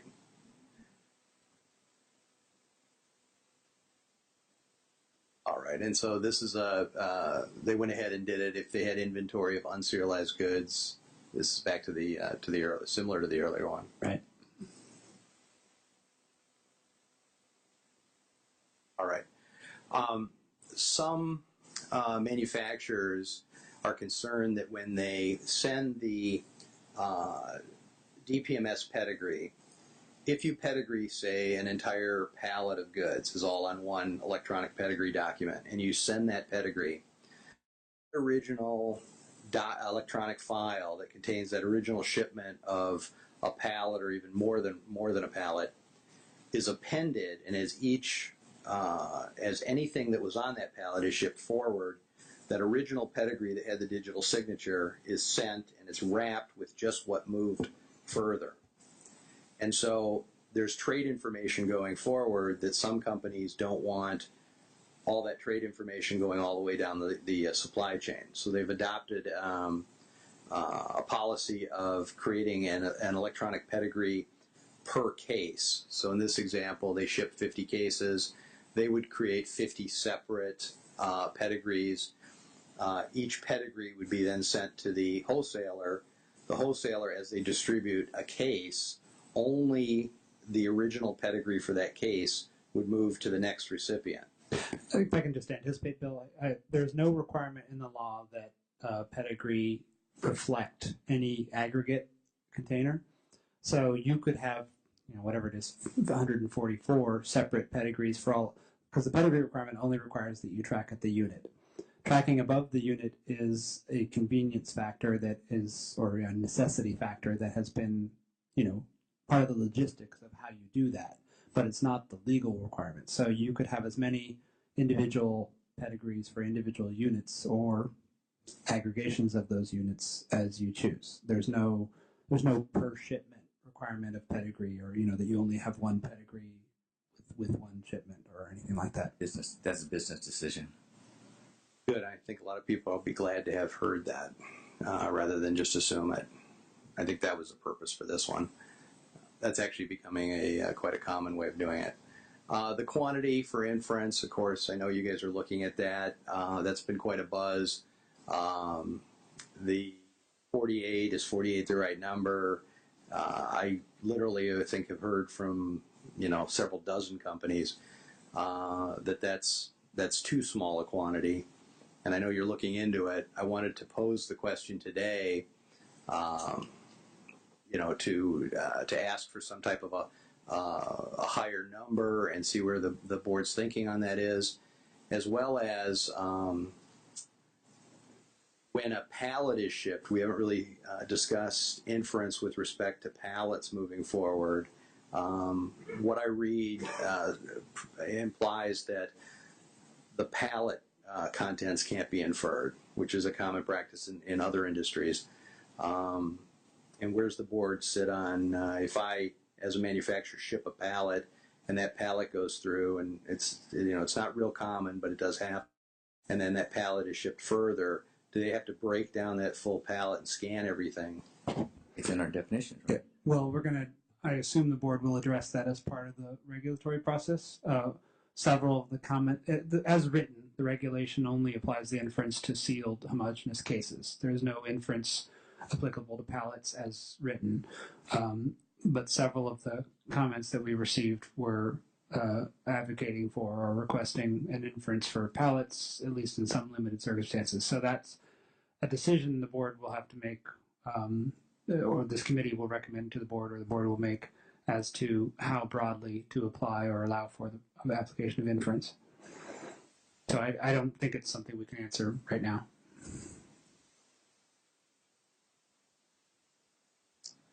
All right. One other question that came to me is, this has come up a few times too, it's just inference in general. Since all items will be scanned in their sellable unit form before dispensing, why not allow any size of container? If the items are not what are recorded on the pedigree, they have to be returned. How would a patient be harmed if the item I have doesn't line up with a pedigree because I couldn't dispense it, I don't own it, I don't have a pedigree for it? And how would the Board of Pharmacy's investigation be hindered if an item in a sealed case did not match the pedigree, because those would never end up reaching the patient? Since there's not a valid pedigree, the person dispensing it couldn't legally dispense it and they'd have to return it. One of the That's things, not really a question the board can answer. That's Yeah. basically, that would be a different law than the law that was given to the board, because the law as written specifies that except where inference is to be permitted, it will always be tracked at the individual saleable unit, and that will be reflected on the pedigree at each stop. So it would be sort of saying that the legislature ought to have written the law such that the only time you will scan the individual unit will be at the point of dispense, which would be an authentication model as opposed to a track and trace or pedigree model. So that's just a different model. I'm not expressing a policy opinion on which is better or worse, but that would be just a different law than what was given to the board. So I just add that authentication would be a nice to have in addition to what we've got, but as Josh says, it's the unit that's tracked through the system. and I'll just say, I'm not the legislators who wrote this law, but it appears to express an intent to create a closed system where the participants in the supply chain have as much or more ability to stop and interdict and prevent further transmission of counterfeits or adulterated product and it's not just a forensic purpose that's served by this. So that forensic purpose would, I mean, that interception purpose would not be served within the supply chain if the members of the supply chain were not also scanning individual units or at least inferring individual units. This particular one comes up a lot in conversation. The last one I just talked about. So the point may not be clear to those in the industry. So if you are working on some type of updated Q&A thing, we want to make sure that people understand that why the law is written the way the law is written. Because people ask, why do we get so carried away with this when it's always going to get scanned before it gets dispensed, and so it's eventually going to get caught. I think it's also just important to remember the origin of California's law, which is this is the model that was proposed originally by the FDA as part of its counterfeit drug task force in 2003 and 2004. So California essentially took the word of FDA as to what was the best model to prevent counterfeit and adulterated product from getting into the supply chain. So I don't know that it was an independent judgment made, at least not by this board. It was made by the legislature and by the FDA. Yeah, no one was talking authentication, I don't think, until about 2007, I don't think. I don't remember hearing it much before then. Well, that's everything I have to present. I appreciate the opportunity to pose some of the questions that come up in the industry. Thank you very much.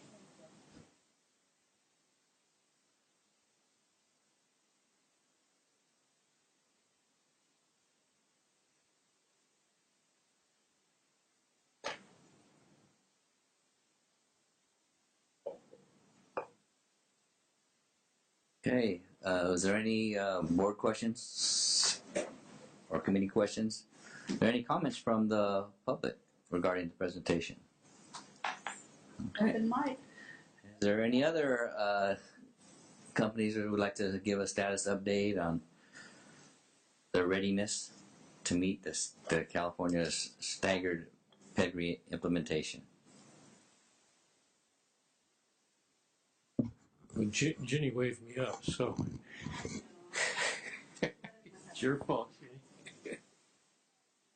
Sport. My name is George Pennebaker. I've asked to talk for a couple minutes because I feel there's some comments that need to be made to get things back on track. I'm a pharmacist, and my comments are short, but I feel a need to introduce myself because many of the people in the audience don't know where I'm coming from. I've been a pharmacist for a long time now, and I've been involved with computers in pharmacy for over 40 years. I'm also a columnist for a magazine called Computer Talk for the Pharmacist. I've been writing columns for that magazine since 1985. Been involved with the Medi-Cal management, millions of transactions going through pharmacies in the Medi-Cal system, being paid every day. 15-year member of NCPDP, and for the last 5 years or so, I've been filling prescriptions on a part-time basis, so I'm familiar with what's going on in the pharmacy counter as well. And I've been a board watcher since 1958 or 59 or so I've been to a lot of board pharmacy meetings for one reason or another. I think we need to go back to the objective of all of this. And that original objective was to stop counterfeits. The track and trace method does not stop counterfeits. We've seen that on the slides today. And nobody's maintaining that they do. The track and trace mechanism is interesting and fun, lots of data to fly around for everybody to file away in their electronic filing cabinets. Not to solve the problem.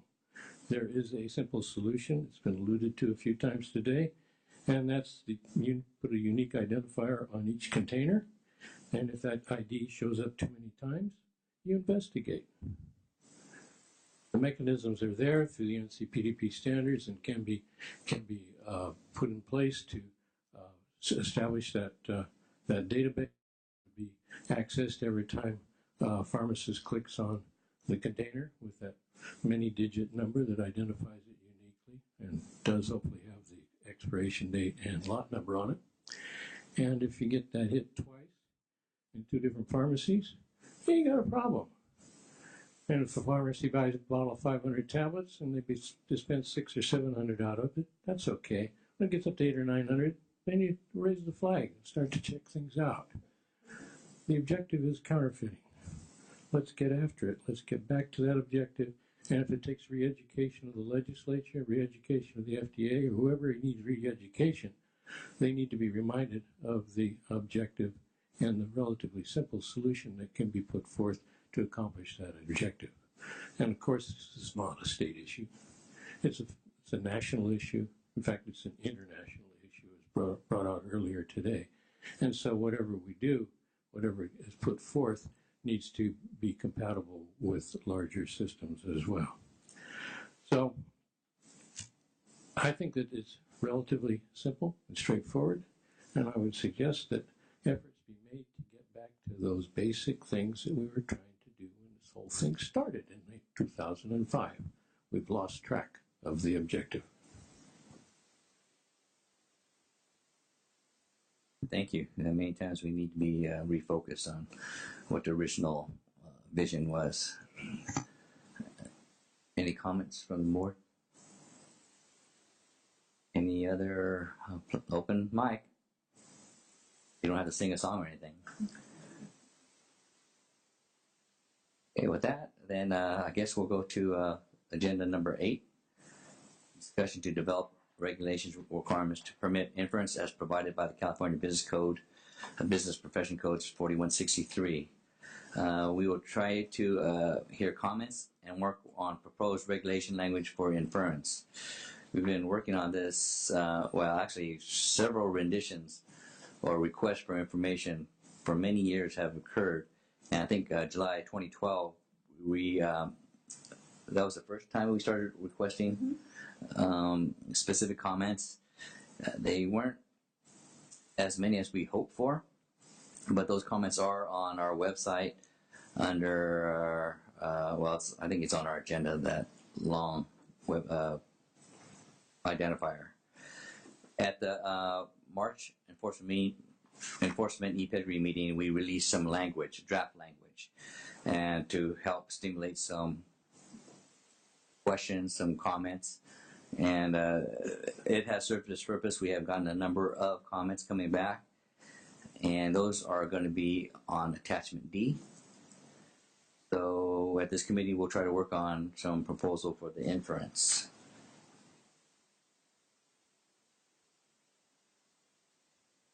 Bring up attachment D.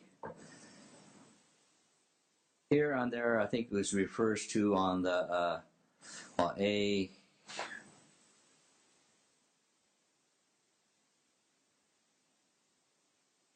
It's talked about that all the participants, so it would be the distribution chain, manufacturers, wholesalers, or pharmacies who furnish and administer or dispense of dangerous drugs. This is the same.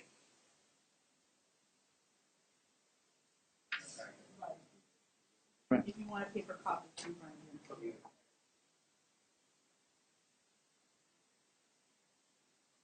But basically, A, is there any comment on that section? Josh, you want to, on the inference, A? I'm sorry, are we going section by section? Is that how you wanted to go here? I don't know how I have those, but thank you. I don't know how the board members would like to proceed on this. I don't know what would you like to be your takeaway from today? Are you hoping to do sort of I don't know if we can really, we don't have a quorum, so we can't really make a recommendation to the board, but if there's maybe some bullet points we want to work on. But I mean, I can sort of, you've all read the same comments that I read, but I could tell you what I think are some of the primary issues that have been raised by those comments. Yeah, I don't know if that's the some, most useful like way to go. Said, or exactly like the case or pallet. Right, I mean, that's clearly one of the most primary ones that was raised by several of the comments is that, and even, you have to break down inference into its component parts, that there's system-wide inferences that could be permitted. For instance, the board's regulation proposes to essentially create a system-wide inference for sealed homogeneous cases, that those could go from manufacturer to wholesaler or multiple wholesalers through to the final final recipient, the dispenser, without being opened until they are received at that final dispenser. So that's a system-wide inference, or it's actually made up of several inferences, of a ship inference and a receive inference at each of those locations. Then you could choose to do the same thing with regard to pallets. You could say that if a pallet goes all the way through the supply chain without being unsealed until it's broken down for purposes of dispensing, that could be another system-wide inference. Or what we've heard more specifically from the distributors is that they would like to have an inference that applies just to their receipt of a sealed pallet or a shrink-wrapped pallet until such time. It's essentially a temporal inference, that they're going to scan those individual units before they leave their facility, but they're not going to scan them for purposes of put away. So that they would like to be able to put away an entire undifferentiated pallet based on the pallet case item. So there's those kinds of decisions that this body or the board will ultimately need to make. I don't know if it's most useful to go through those here or not. Because I think some of them are intermingled too when you're talking about, secure taping, and then whether it's pallet or case or, a shipping cargo bin. And then they're talking, some say that they don't really want a trusted partnership, but then how can you have an SOP to ensure inference if you don't have any working relationship with whoever the seller is? So I think that's part of how you can infer, is if you know what an SOP is from that individual group. They're talking about not necessarily wanting a sealed or manufacturer seal on it. And then again, how can you feel comfortable with inferring if you don't have any kind of agreement with whoever your upline person is? That's how it's maintained its integrity. Right. I think what you're pointing out is that there is not a uniformity of perspective reflected in the comments. There are some commenters who seem fine with the trusted trading partner concept, but want to pare back its requirements. There are some that don't like the concept. There are some that want to define the case in some more flexible way. There's some that don't want the case to be significant at all in terms of the sealed tape or the tamper-proof tape. So I think you're right that there are lots of different possible comments. I apologize that I'm not able to really usefully summarize them for you.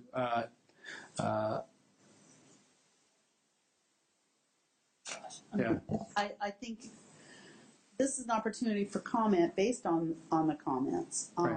I don't think we had any particular outcome other than we need to move forward with where we're going with respect to the certification and inference. And I think it's much as it was a year ago when we started this, everybody wants something, they want inference, but they're not sure what they're asking for with inference. So, I mean, to be honest with you, Mr. President, I had, or committee chair, I had anticipated that that the committee might provide some direction on some individual concepts, but not that we would, sort of go through line by line and vote. I don't know what utility there is for this smaller subset to vote on particular language, because obviously the board has to make that decision. But you could make recommendations about particular language, or give direction to staff to redraft in certain areas, or to give you options in different areas, or it's up to you how you want to direct your staff to use its time. and perhaps one thing that I can offer is that we can take the existing language, provide the comments below each one of the sections, so that you can relate them back. But there's a general feel you've got to have for inference in general anyway. It's easy to say, should a case be 48 units? Should it be defined in the first place? Should it be 100 units? Where do you go there? Should you allow inbound? Should you treat it differently on the inbound versus outbound?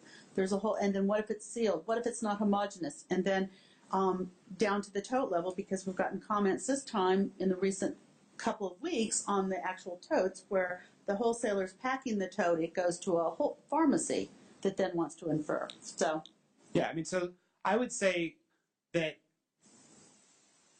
relatively soon, and it doesn't have to be today, obviously, but it's relatively soon, the board needs to make some sorts of decisions about what kinds of aggregate containers it is comfortable applying any sort of inference to, whether that includes pallets, cases, totes, mixed cases, mixed pallets, those kinds of decisions. Because obviously, as we've discussed, each time an inference is applied, that is slightly less than could be required under the law. You know what I mean? That you're not individually scanning each of those units. So, each of those decisions needs to be justified by, some finding or belief by the board that enhances rather than detracts from the overall state of security in the supply chain. That's the sort of finding requirement that's in 4163. So anyway, I think I've said enough on that. But so as Ginny mentioned, several of the comments that we received only came in more recently. So we only now have sort of a complete set of comments, and I anticipate that if we told people they could still submit more comments, there would still be more comments coming in. So I don't know that you could express I think you can express your opinion informally at a board meeting just as easily as you could by way of a recommendation from this committee, in other words.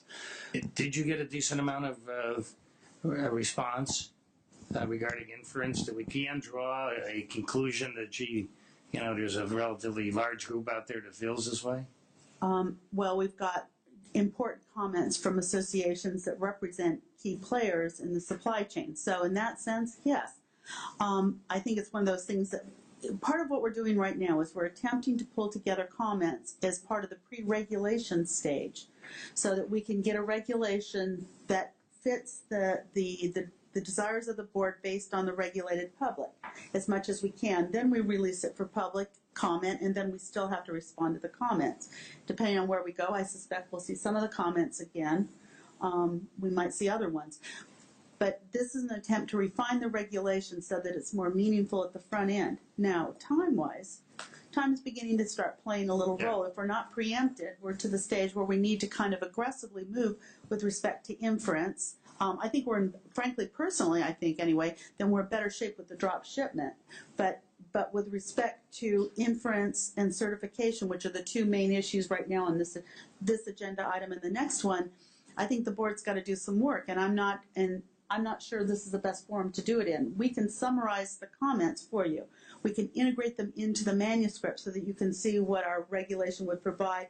Here's what the various commenters responded to, and put it out there like that so that you can kind of get a feel for where it goes, and then you can maybe take a look at the whole thing, seeing whether or not you've got a regulation that's still cohesive.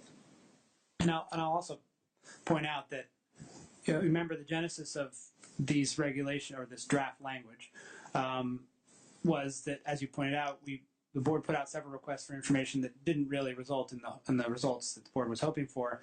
So these were written somewhat in a vacuum, and as such were written sort of to include all the possible concepts without necessarily intending. It certainly wasn't an intention on my part or the board's part that this concept is necessarily fixed or.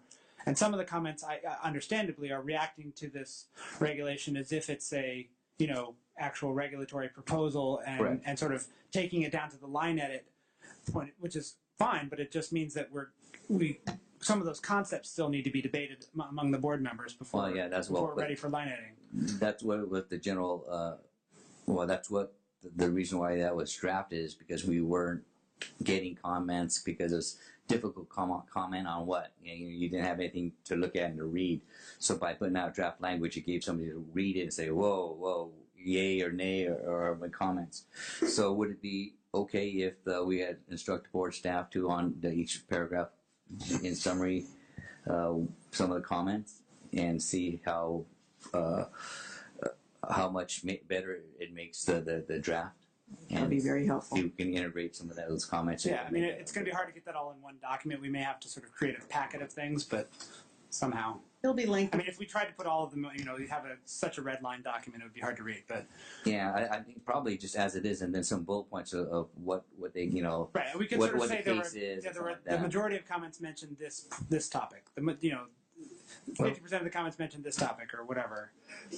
Assuming that our next meeting is September 26th, so it would be presented, and then we have an October board meeting, so it would be nice if we could Make some, get the comments, in some sort of a form where a recommendation by this committee could be made to the board, and then perhaps the board could get some serious work done on inference at our October meeting.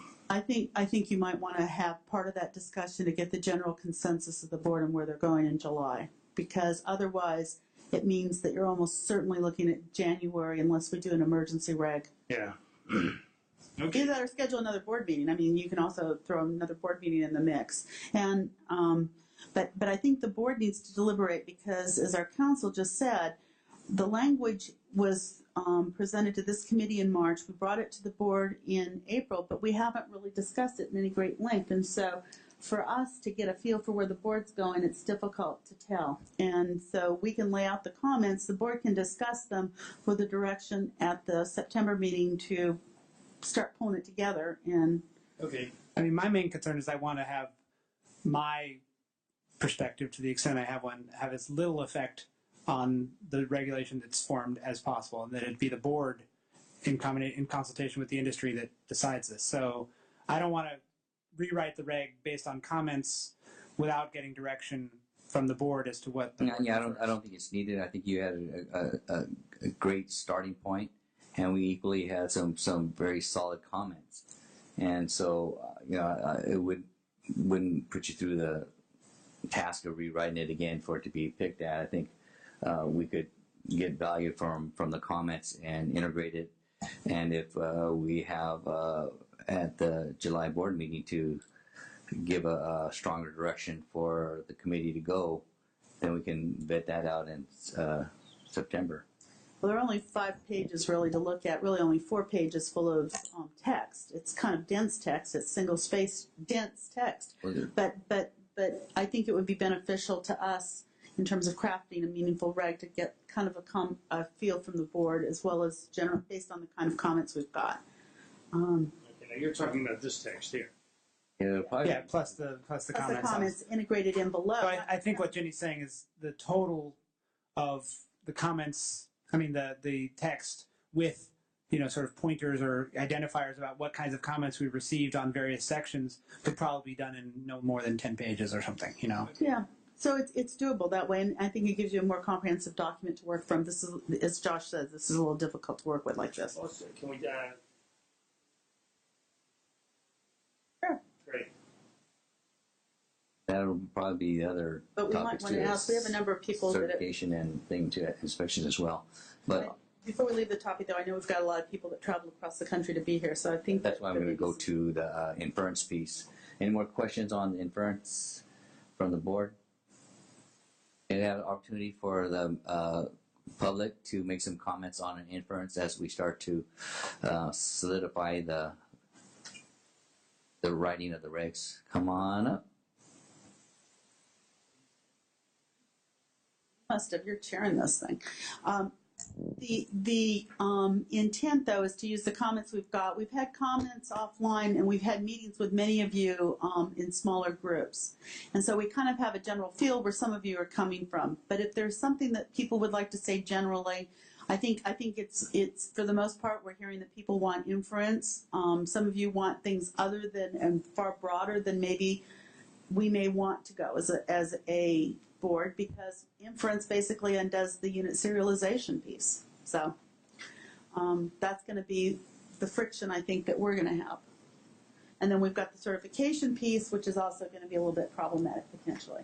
Yeah, I mean, I think it's most useful to think of inference essentially a subpart of certification, because it's to what extent is your certification, does it reflect any inference that you may have? And to answer some of the question on the downline users, if you have inference but you can't really, I put it kind of like a evidence chain of command of evidence. If you're trying to prosecute somebody, at the crime scene, who picked it up from CSI? Was it sealed? Who transported it to the lab? Who did the analysis? Who from where? Then who had it hand off to so and so? Had to hand off to so and so, and you can validate each step then you can say at the pharmacy, then the inspector goes to, it was here in every step of the way. Now it shows up in your pharmacy. That's where the problem is. Or it showed up that, it was here all the way up to the, wholesaler. Well, the manufacturer sent it to a central distribution center. That's been validated. It's been sent to the West Coast distributor. Now it's in your warehouse. In order to isolate, that in fact was good all the way up to that point. If it's too loose of an inference, you have no stance to stand by how that fake unit got into the medication line. So that I think that's why the inference is needed, but it's also a very important piece of maintaining the integrity. So no more comments on inference? Okay, so with that, we're going to move on to. Can I just as someone who, needs this kind of input in order to effectively draft regulations, I would just like to express my gratitude to those who did take the time to submit detailed and very helpful comments on all of these subject areas. Again, there is comments on our website, so if you want to read those over too, and if that doesn't capture what your thoughts are, please share it with us still. We'll go with number 9, discussion concerning possible regulation requirements on the certification process that's needed in the California e-Pedigree law, and that's going to be attachment. With this, is there any reason why we can't pass this?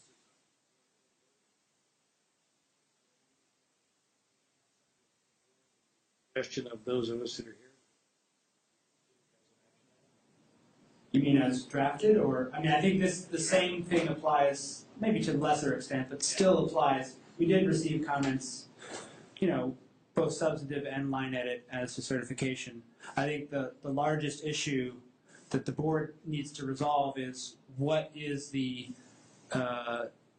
party that is certifying by way of that certification.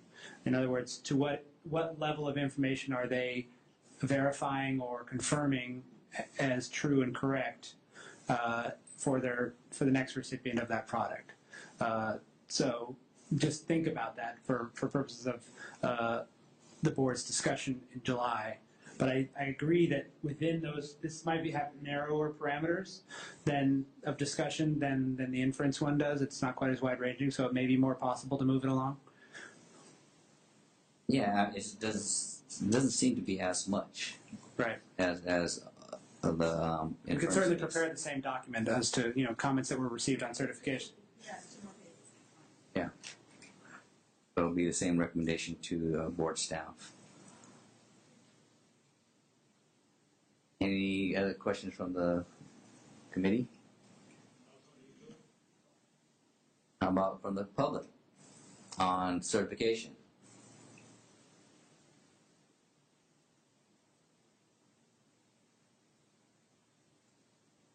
Okay, so then that goes to Drop shipments. drop shipments.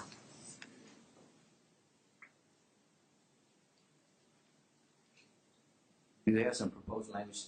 Do you want to handle this one, Jen? Or? I can do it if you want. Whatever you want. Well, Mr. Valencia might want to represent himself here, but I will just say that he's standing up. He's making himself known. See, look at him. Looking all important back there. I'm just kidding. That'll teach you to come to a public meeting. Yeah. He looks good. You look good, John. Anyway, the proposal from Mr. Valencia on behalf of, I think, one or more of his clients would, the board has struggled with for some time what to do about drop shipments, and has not, at least at the April meeting and the March meeting, has not reflected a high level of satisfaction with the presentations or answers that they've gotten as to how this might be fashioned. There are sort of 2 different columns into which I would place ways to approach drop shipment. Yeah. Or three. No, option number 1 would be not treat them any differently and require that you have, full pedigrees for all drop shipments. Option number 2 would be to still require pedigrees to be reflective of all owners of a drug for a drop shipment, but somehow allow for either time tolerances or paperwork tolerances that would somehow better accommodate the pedigree requirements to the logistics of how drop shipments are actually handled in the supply chain presently. And then the third column would be what I would call the exemption column, and which that's primarily what Mr. Valencia is representing here, which is that anyone who's not involved in physical handling of a drug doesn't have pedigree appending requirements, doesn't have to be reflected, or doesn't have to certify their participation in the pedigree transaction. But only for a drop shipment. Right, but only for drop shipment. And the drop shipment is defined. Yeah, that one of the difficulties that we ran up against in the March meeting was that some of the participants in that meeting were talking about drop shipment in a way that's broader than what the statute says in California. Statute in California is very specific and very limited to only apply to transactions that have those three characteristics that are in 4163.1, one of which are shipments directly from a manufacturer to a pharmacy or other dispenser. So that's a much more limited category than what might be the whole universe of drop shipments that are taking place in the supply chain. Yeah. You never have to raise your hands, Jen. Okay, man. And so, Give 'em the gavel. in Exhibit A of drop ship distribution process, any potential regulation should. Use your microphone. Just can you? Sorry, you want that? Any potential regulations that should ensure that entities who never physically handle the product are not subject to the reporting requirements. This will allow manufacturers to maintain important efficiencies in their distribution system. And I agree with that. The drop ship system has been around for a long time. It goes usually directly from the manufacturer either to the pharmacy or the manufacturer to the practitioner for patient use.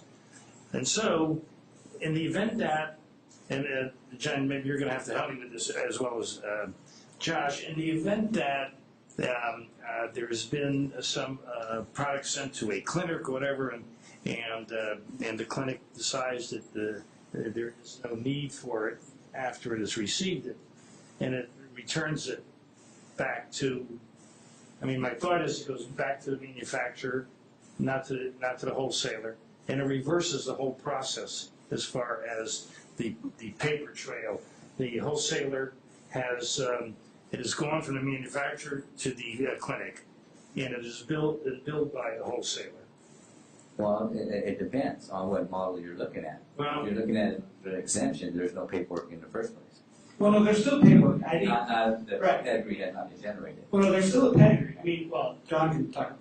This is one of the difficulties I'm having with this particular provision, and I want to be careful that what I'm expressing is not at all a policy position. I'm just from a sort of logistics and legal drafting point of view, I'm not sure how this particular proposal as written would operate, in the sense that I think my brain would at least understand it better if what we were talking about was creating specific exemptions under specific circumstances. To have this sort of broader exemption that anyone not involved in physical handling has the virtue of simplicity and the virtue of, only taking one paragraph. But I'm just not sure what that would mean. So let's take, for instance, your classic drop shipment situation where a manufacturer is shipping to a clinic for whatever, for emergency need, whatever, for next day use. So what we've been consistently told is the clinic, or let's call it pharmacy, just for ease of use, the pharmacy contacts its wholesaler, and the wholesaler, or it might contact the manufacturer directly, but more likely it'll contact its wholesaler. The wholesaler will tell the manufacturer to ship directly. The manufacturer will ship directly.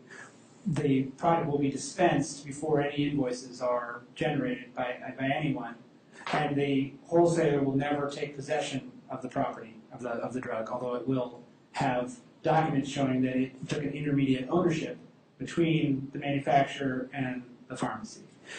So this amendment, this regulation would say that the wholesaler, because it never took physical custody, does not have to ship or receive a pedigree. So I guess what that means is that there would be a pedigree that would show transfer of ownership from the manufacturer to the pharmacy. But what's less clear to me is how is that pedigree going to get to the pharmacy? Because the pharmacy doesn't have a direct electronic connection to the manufacturer, typically doesn't. So that would have to come through the wholesaler anyway, I think. Yeah, well, see, I had the same trouble. So I'm just not sure logistically if this amendment actually is clear enough, or that would get through OAL as providing such clarity, or whatever. I mean, I don't know exactly. I don't know if John wants to comment on that or not, but yeah. I mean, I think, to the extent board members are supportive of it, it is possible to write a regulation that would exempt anyone who doesn't physically handle product from being reflected on the pedigree. I'm not sure we want to say that entity doesn't still have responsibilities for receiving pedigrees and moving them along. That to me is two separate questions, but I don't know if John has a comment on that. I have several comments. First of all, John Valencia here representing Takeda, and Millennium, its oncology company, which is a specialty company, and that, to go back to the origins of the statute, many of us having worked on it, that's really what this provision accommodates, and perhaps it is the simplicity that's troubling. With all due respect to the prior meetings, our particular business model is disassociated from the many elements of the many different other kinds of wholesale distribution intervention in the ordinary business model. Based on the statute, I don't see any special treatment for them. Apropos of what went before today, that's a different law. Right. And in order to accommodate much of what you saw at the Orange County meeting, you'd need different statutory provisions. Our proposal finds itself in two buckets, number 1 and number 3. We are prepared as a manufacturer, and as I suspect many other specialty manufacturers are, we're going to originate the pedigree.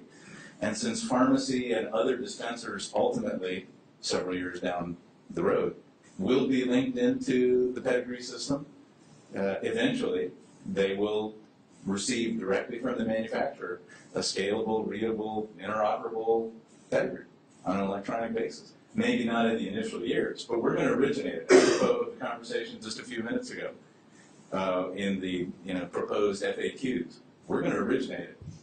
And when it's ready to be read by an oncology clinic, an oncologist's office, a specialty pharmacy that receives and redistributes, which is already accommodated in California law, the balance of that accountability will be there. So Millennium in no way proposes, even though the statute says that the regs can accommodate alternative process, we're really not suggesting in our draft an alternative process. We simply want to clarify that our intermediaries aren't obligated to do something that the statute, which you pointed out correctly, has very specific criteria, for all intents and purposes, does exempt them from that compliance. We just wanted it to be clear. But from our perspective, we're moving towards compliance with the two provisions of 1115 and 1116. So I don't know your client's business, and so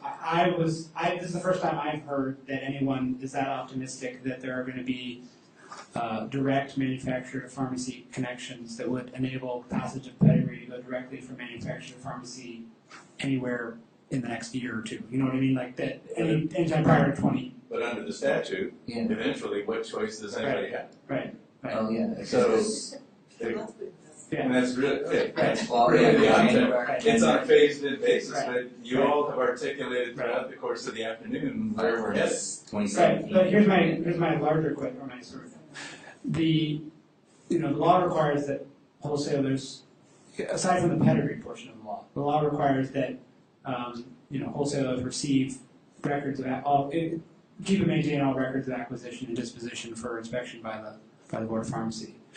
So, and we've said that for 3PLs, they are required to receive, even though they're not having a change of ownership, they're required to receive something that shows from whom they received that product from the manufacturer. So in other words, the first stage of the pedigree would be transmitted to them even though they're not on it. May I interrupt just quickly? Sure. Receive in what fashion, then? Well, that's what, I mean, so my question is. That's where this particular statutory provision deviates from Okay. the whole of e-Pedigree and the normal distribution scheme. Okay, so They contemplate, in the larger scheme, it contemplates both physical and legal possession. That's what wholesale I guess, distributors wouldn't it do. be easier to write this regulation the converse of the way you've written it, which is to essentially say, for those transactions where a manufacturer ships directly to a clinic or an ultimate dispenser or administrator, The pharmacy or other person authorized by law to right, dispense or whatever. Don't be so precise. And the intermediate wholesaler's only role is, financial or the intermediate wholesaler doesn't take physical possession of the property. Would it be easier to say affirmatively, in those circumstances, it is sufficient for the pedigree to travel directly from the manufacturer to the dispenser, as opposed to this language that says anyone who doesn't physically handle? Because I feel like I'm just worried about understanding consequences of this. We have no particular exclusive pride of authorship. Okay. Our point since March and today, now 20 months and some change until 1/1/15, has been to get this process moving forward. Okay. It is the board's prerogative, and we'll certainly provide extensive input as a interested party. But we want to see a body of language moving forward by recommendation from this entity to the full board to begin. There'll be ample public comment period, both in the draft stage, the work stage, and then ultimately the formal reg stage. I don't disagree. I'd love the opportunity to see it scriven, send it back to our guys, and could very well be that they endorse that wholeheartedly as an alternative. This was their initial approach. I think, as a matter of construct, it accomplishes the same thing, but rather than give you a definitive response right now, we would just like to get a matter moving forward. But what I would suggest for this committee, I'm sorry, go ahead. Yeah, I kind of like your wording, only because it's a little bit more specific. Right. And it kind of weeds out unintended consequences, hopefully, but still meets the criteria. Right. I mean, I think that what this committee needs to decide, or what the board needs to ultimately decide is, do you support the concept of creating this, or reinforcing, as John would say, this exemption for this circumstance, a complete exemption from pedigree as opposed to some kind of modified pedigree. Not exemption, an exemption from the wholesaler for participation in the pedigree, not an exemption of the pedigree requirement, but an exemption of the wholesaler's participation in that pedigree. In this specific business model. John? So working backwards for me now. Sure. So it's an oncological product, and it's at a clinic, and it hasn't been used, or it's expired, and they want to return it. Well, what is that process? Is it the exact reverse? It is exactly reverse. It goes back to the manufacturer. Yeah. It goes back to the manufacturer, and the wholesaler takes care of the They paperwork. handle the paperwork, they handle the chargeback, they take care of that processing. That's exactly right. So it should directly back to the manufacturer. But I also don't think that requires, that's not what we're talking about here, because we're only talking about drop shipment, because the reason the drop shipment required special treatment in the view of the legislature was the time-sensitive nature of the practice. For returns, you're not going to have that same. Right. I mean, they're expired. There you could send it to the wholesaler and send it back to the manufacturer. You'll have the tracking and tracing aspect. Exactly. I mean, it's going to vary from company to company, but at least in our experience, and in my personal experience working with a variety of manufacturers, more often than not, it's a direct shot back to the manufacturer. That was my expectation. You have very limited volume. You have volatile products. I mean, really, well beyond oncology, you have hemophilia products. Yeah, well, whatever. A variety of specialty medications, and they go back because they need to be reconciled. My curiosity Josh's observation is correct. Once delivery is effectuated and you've had e-Pedigree compliance, and in the scenario of expiration or non-use, whatever that is, it could go back upstream almost any way, but as a business model matter, it's typically direct back. But I can see that situation, though, because the wholesaler still technically owns the product, even though never possessed it. Right. At the point of return, where does it go? Instead of to the manufacturer, back to the wholesaler that owns it. So I just see that if we can address that one last piece, what do you do with a return that the patient died, or for whatever reason the drug is not used by the practitioner? We just need to deal with that one. Here's our pledge. If for example, Josh's working draft was published, we're going to comment on it and contribute to that. Okay. Our objective is really to get a proposal or some work product moving forward because the clock is ticking. And this particular committee has quite a period of time between today's activity and the next time it will convene. My And concern we know you have is, multiple priorities, but obviously for a company that is a specialty company, this is a highest priority. there would be no documentation of the wholesaler owning it and with regards to the pedigree if it were returned to the wholesaler.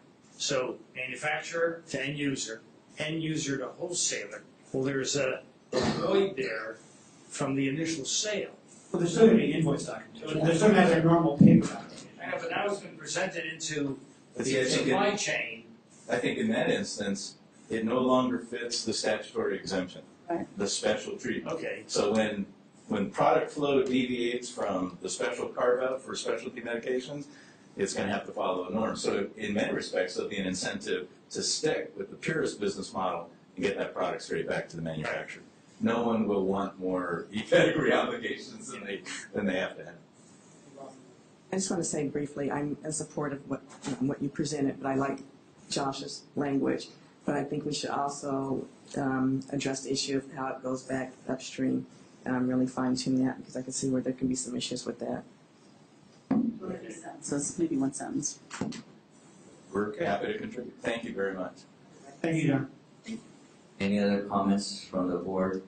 I guess the remnant question on my end is I think I've heard the sense is, will there be some sort of an action? I believe this committee will make a recommendation to the board at this July meeting, is my guess. Yeah. Thank you very January. Thank you all very much. Red goes Very there. much appreciated. Thanks, John. Thank you. Thank you for being persistent. And so, a comment from the public. Well, yeah. Hi, good afternoon. Angela Blanchard on behalf of HDMA. Just want to echo John Valencia's comments that we too support moving forward in adopting this language, and we are open to Josh's suggestions about creating an inverse or moving the language around, but we too are very concerned about the timing and are eager to move forward. The inference piece is particularly troubling. We might get an extra board meeting in here. Maybe be able to be heard in July. Not inference. This one could go, well, the earliest you could do is release it for public comment as a reg in July. Right, but I mean, I think that would be enough to provide some comfort to John's clients that the board. We still got the issue To of the public. inference and certification. So this will probably be heard in July. And then, It will be brought to the board Board to for- release for rulemaking. yep. On that, where are we? That's it. That leaves us with any additional general discussion, questions, comments, to be heard, not to be discussed, but just for potential questions, concerns that may be agendized for a future board or committee meeting. Anything from the public? We got Come on down, we got one. I believe it's David Holness. Stole your thunder, but you can restate your name and company. Sure. David Holness. I'm the president and CEO of PharmaDocs. And PharmaDocs is a market research firm, done some work with large manufacturers and with the FDA several years ago with the implementation of DailyMed, which is a online database of package information, the PI, that actually got moved out of being an analog form into being a digital form, for the use of patients, physicians, et cetera. That's kind of my back door, if you will, into the pharmaceutical arena. At that time, I was working in industry, worked for IBM, worked for Xerox for a number of years in the space as a solutions provider. The point I wanted to make today really dealt with the idea of using authentication as a means by which to close some of the gaps that seem to exist, particularly with track and trace in terms of getting information backwards into the chain. Perhaps perspective, but not only auditing, but just in terms of an outside independent way of validating that the product that was propagated from point A to say to point D is actually what arrived at point D. Now, this is no way to deter from track and trace, which obviously is very necessary from a logistics standpoint. But the gaps that seem to exist in track and trace to actually test the item itself, if you think about it, something could be incorrectly packaged at the manufacturer, make its way all the way through and be dispensed to a patient without being known. In fact, going through this thing on rails. Right. Yeah, and it would also address things like misfills at the pharmacy. And so the idea that I'm working on, granted at this point it's a concept, but we do have some of the pieces put together and really wanted to kind of test it, obviously with the board, and test it in California because you guys are like ground zero. Yes, that's what you mean. I believe you. We're trying to trace. Yeah, and had several conversations about this, and I appreciate the opportunity for you that you've given me to really speak about it. I think it's a way to have an independent process, actually go back and say, yes, all these things that were supposed to have happened because what left the manufacturer is in fact what's arriving at the dispenser.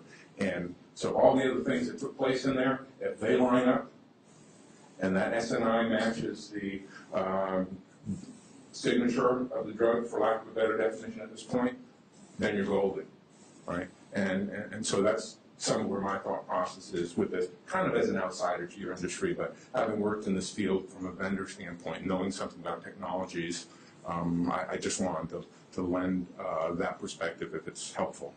If it's not, I won't be back. Again, we can't make any comment at this time. Understood. There certainly is something that we can discuss for a possible future agenda item. Well, I appreciate the board's time. Yeah. Thank you.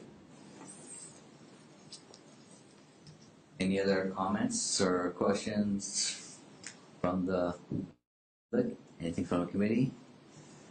With that, thank you very much for today's meeting.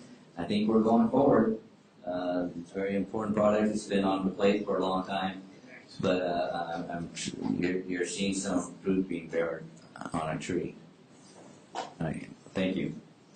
Meeting adjourned.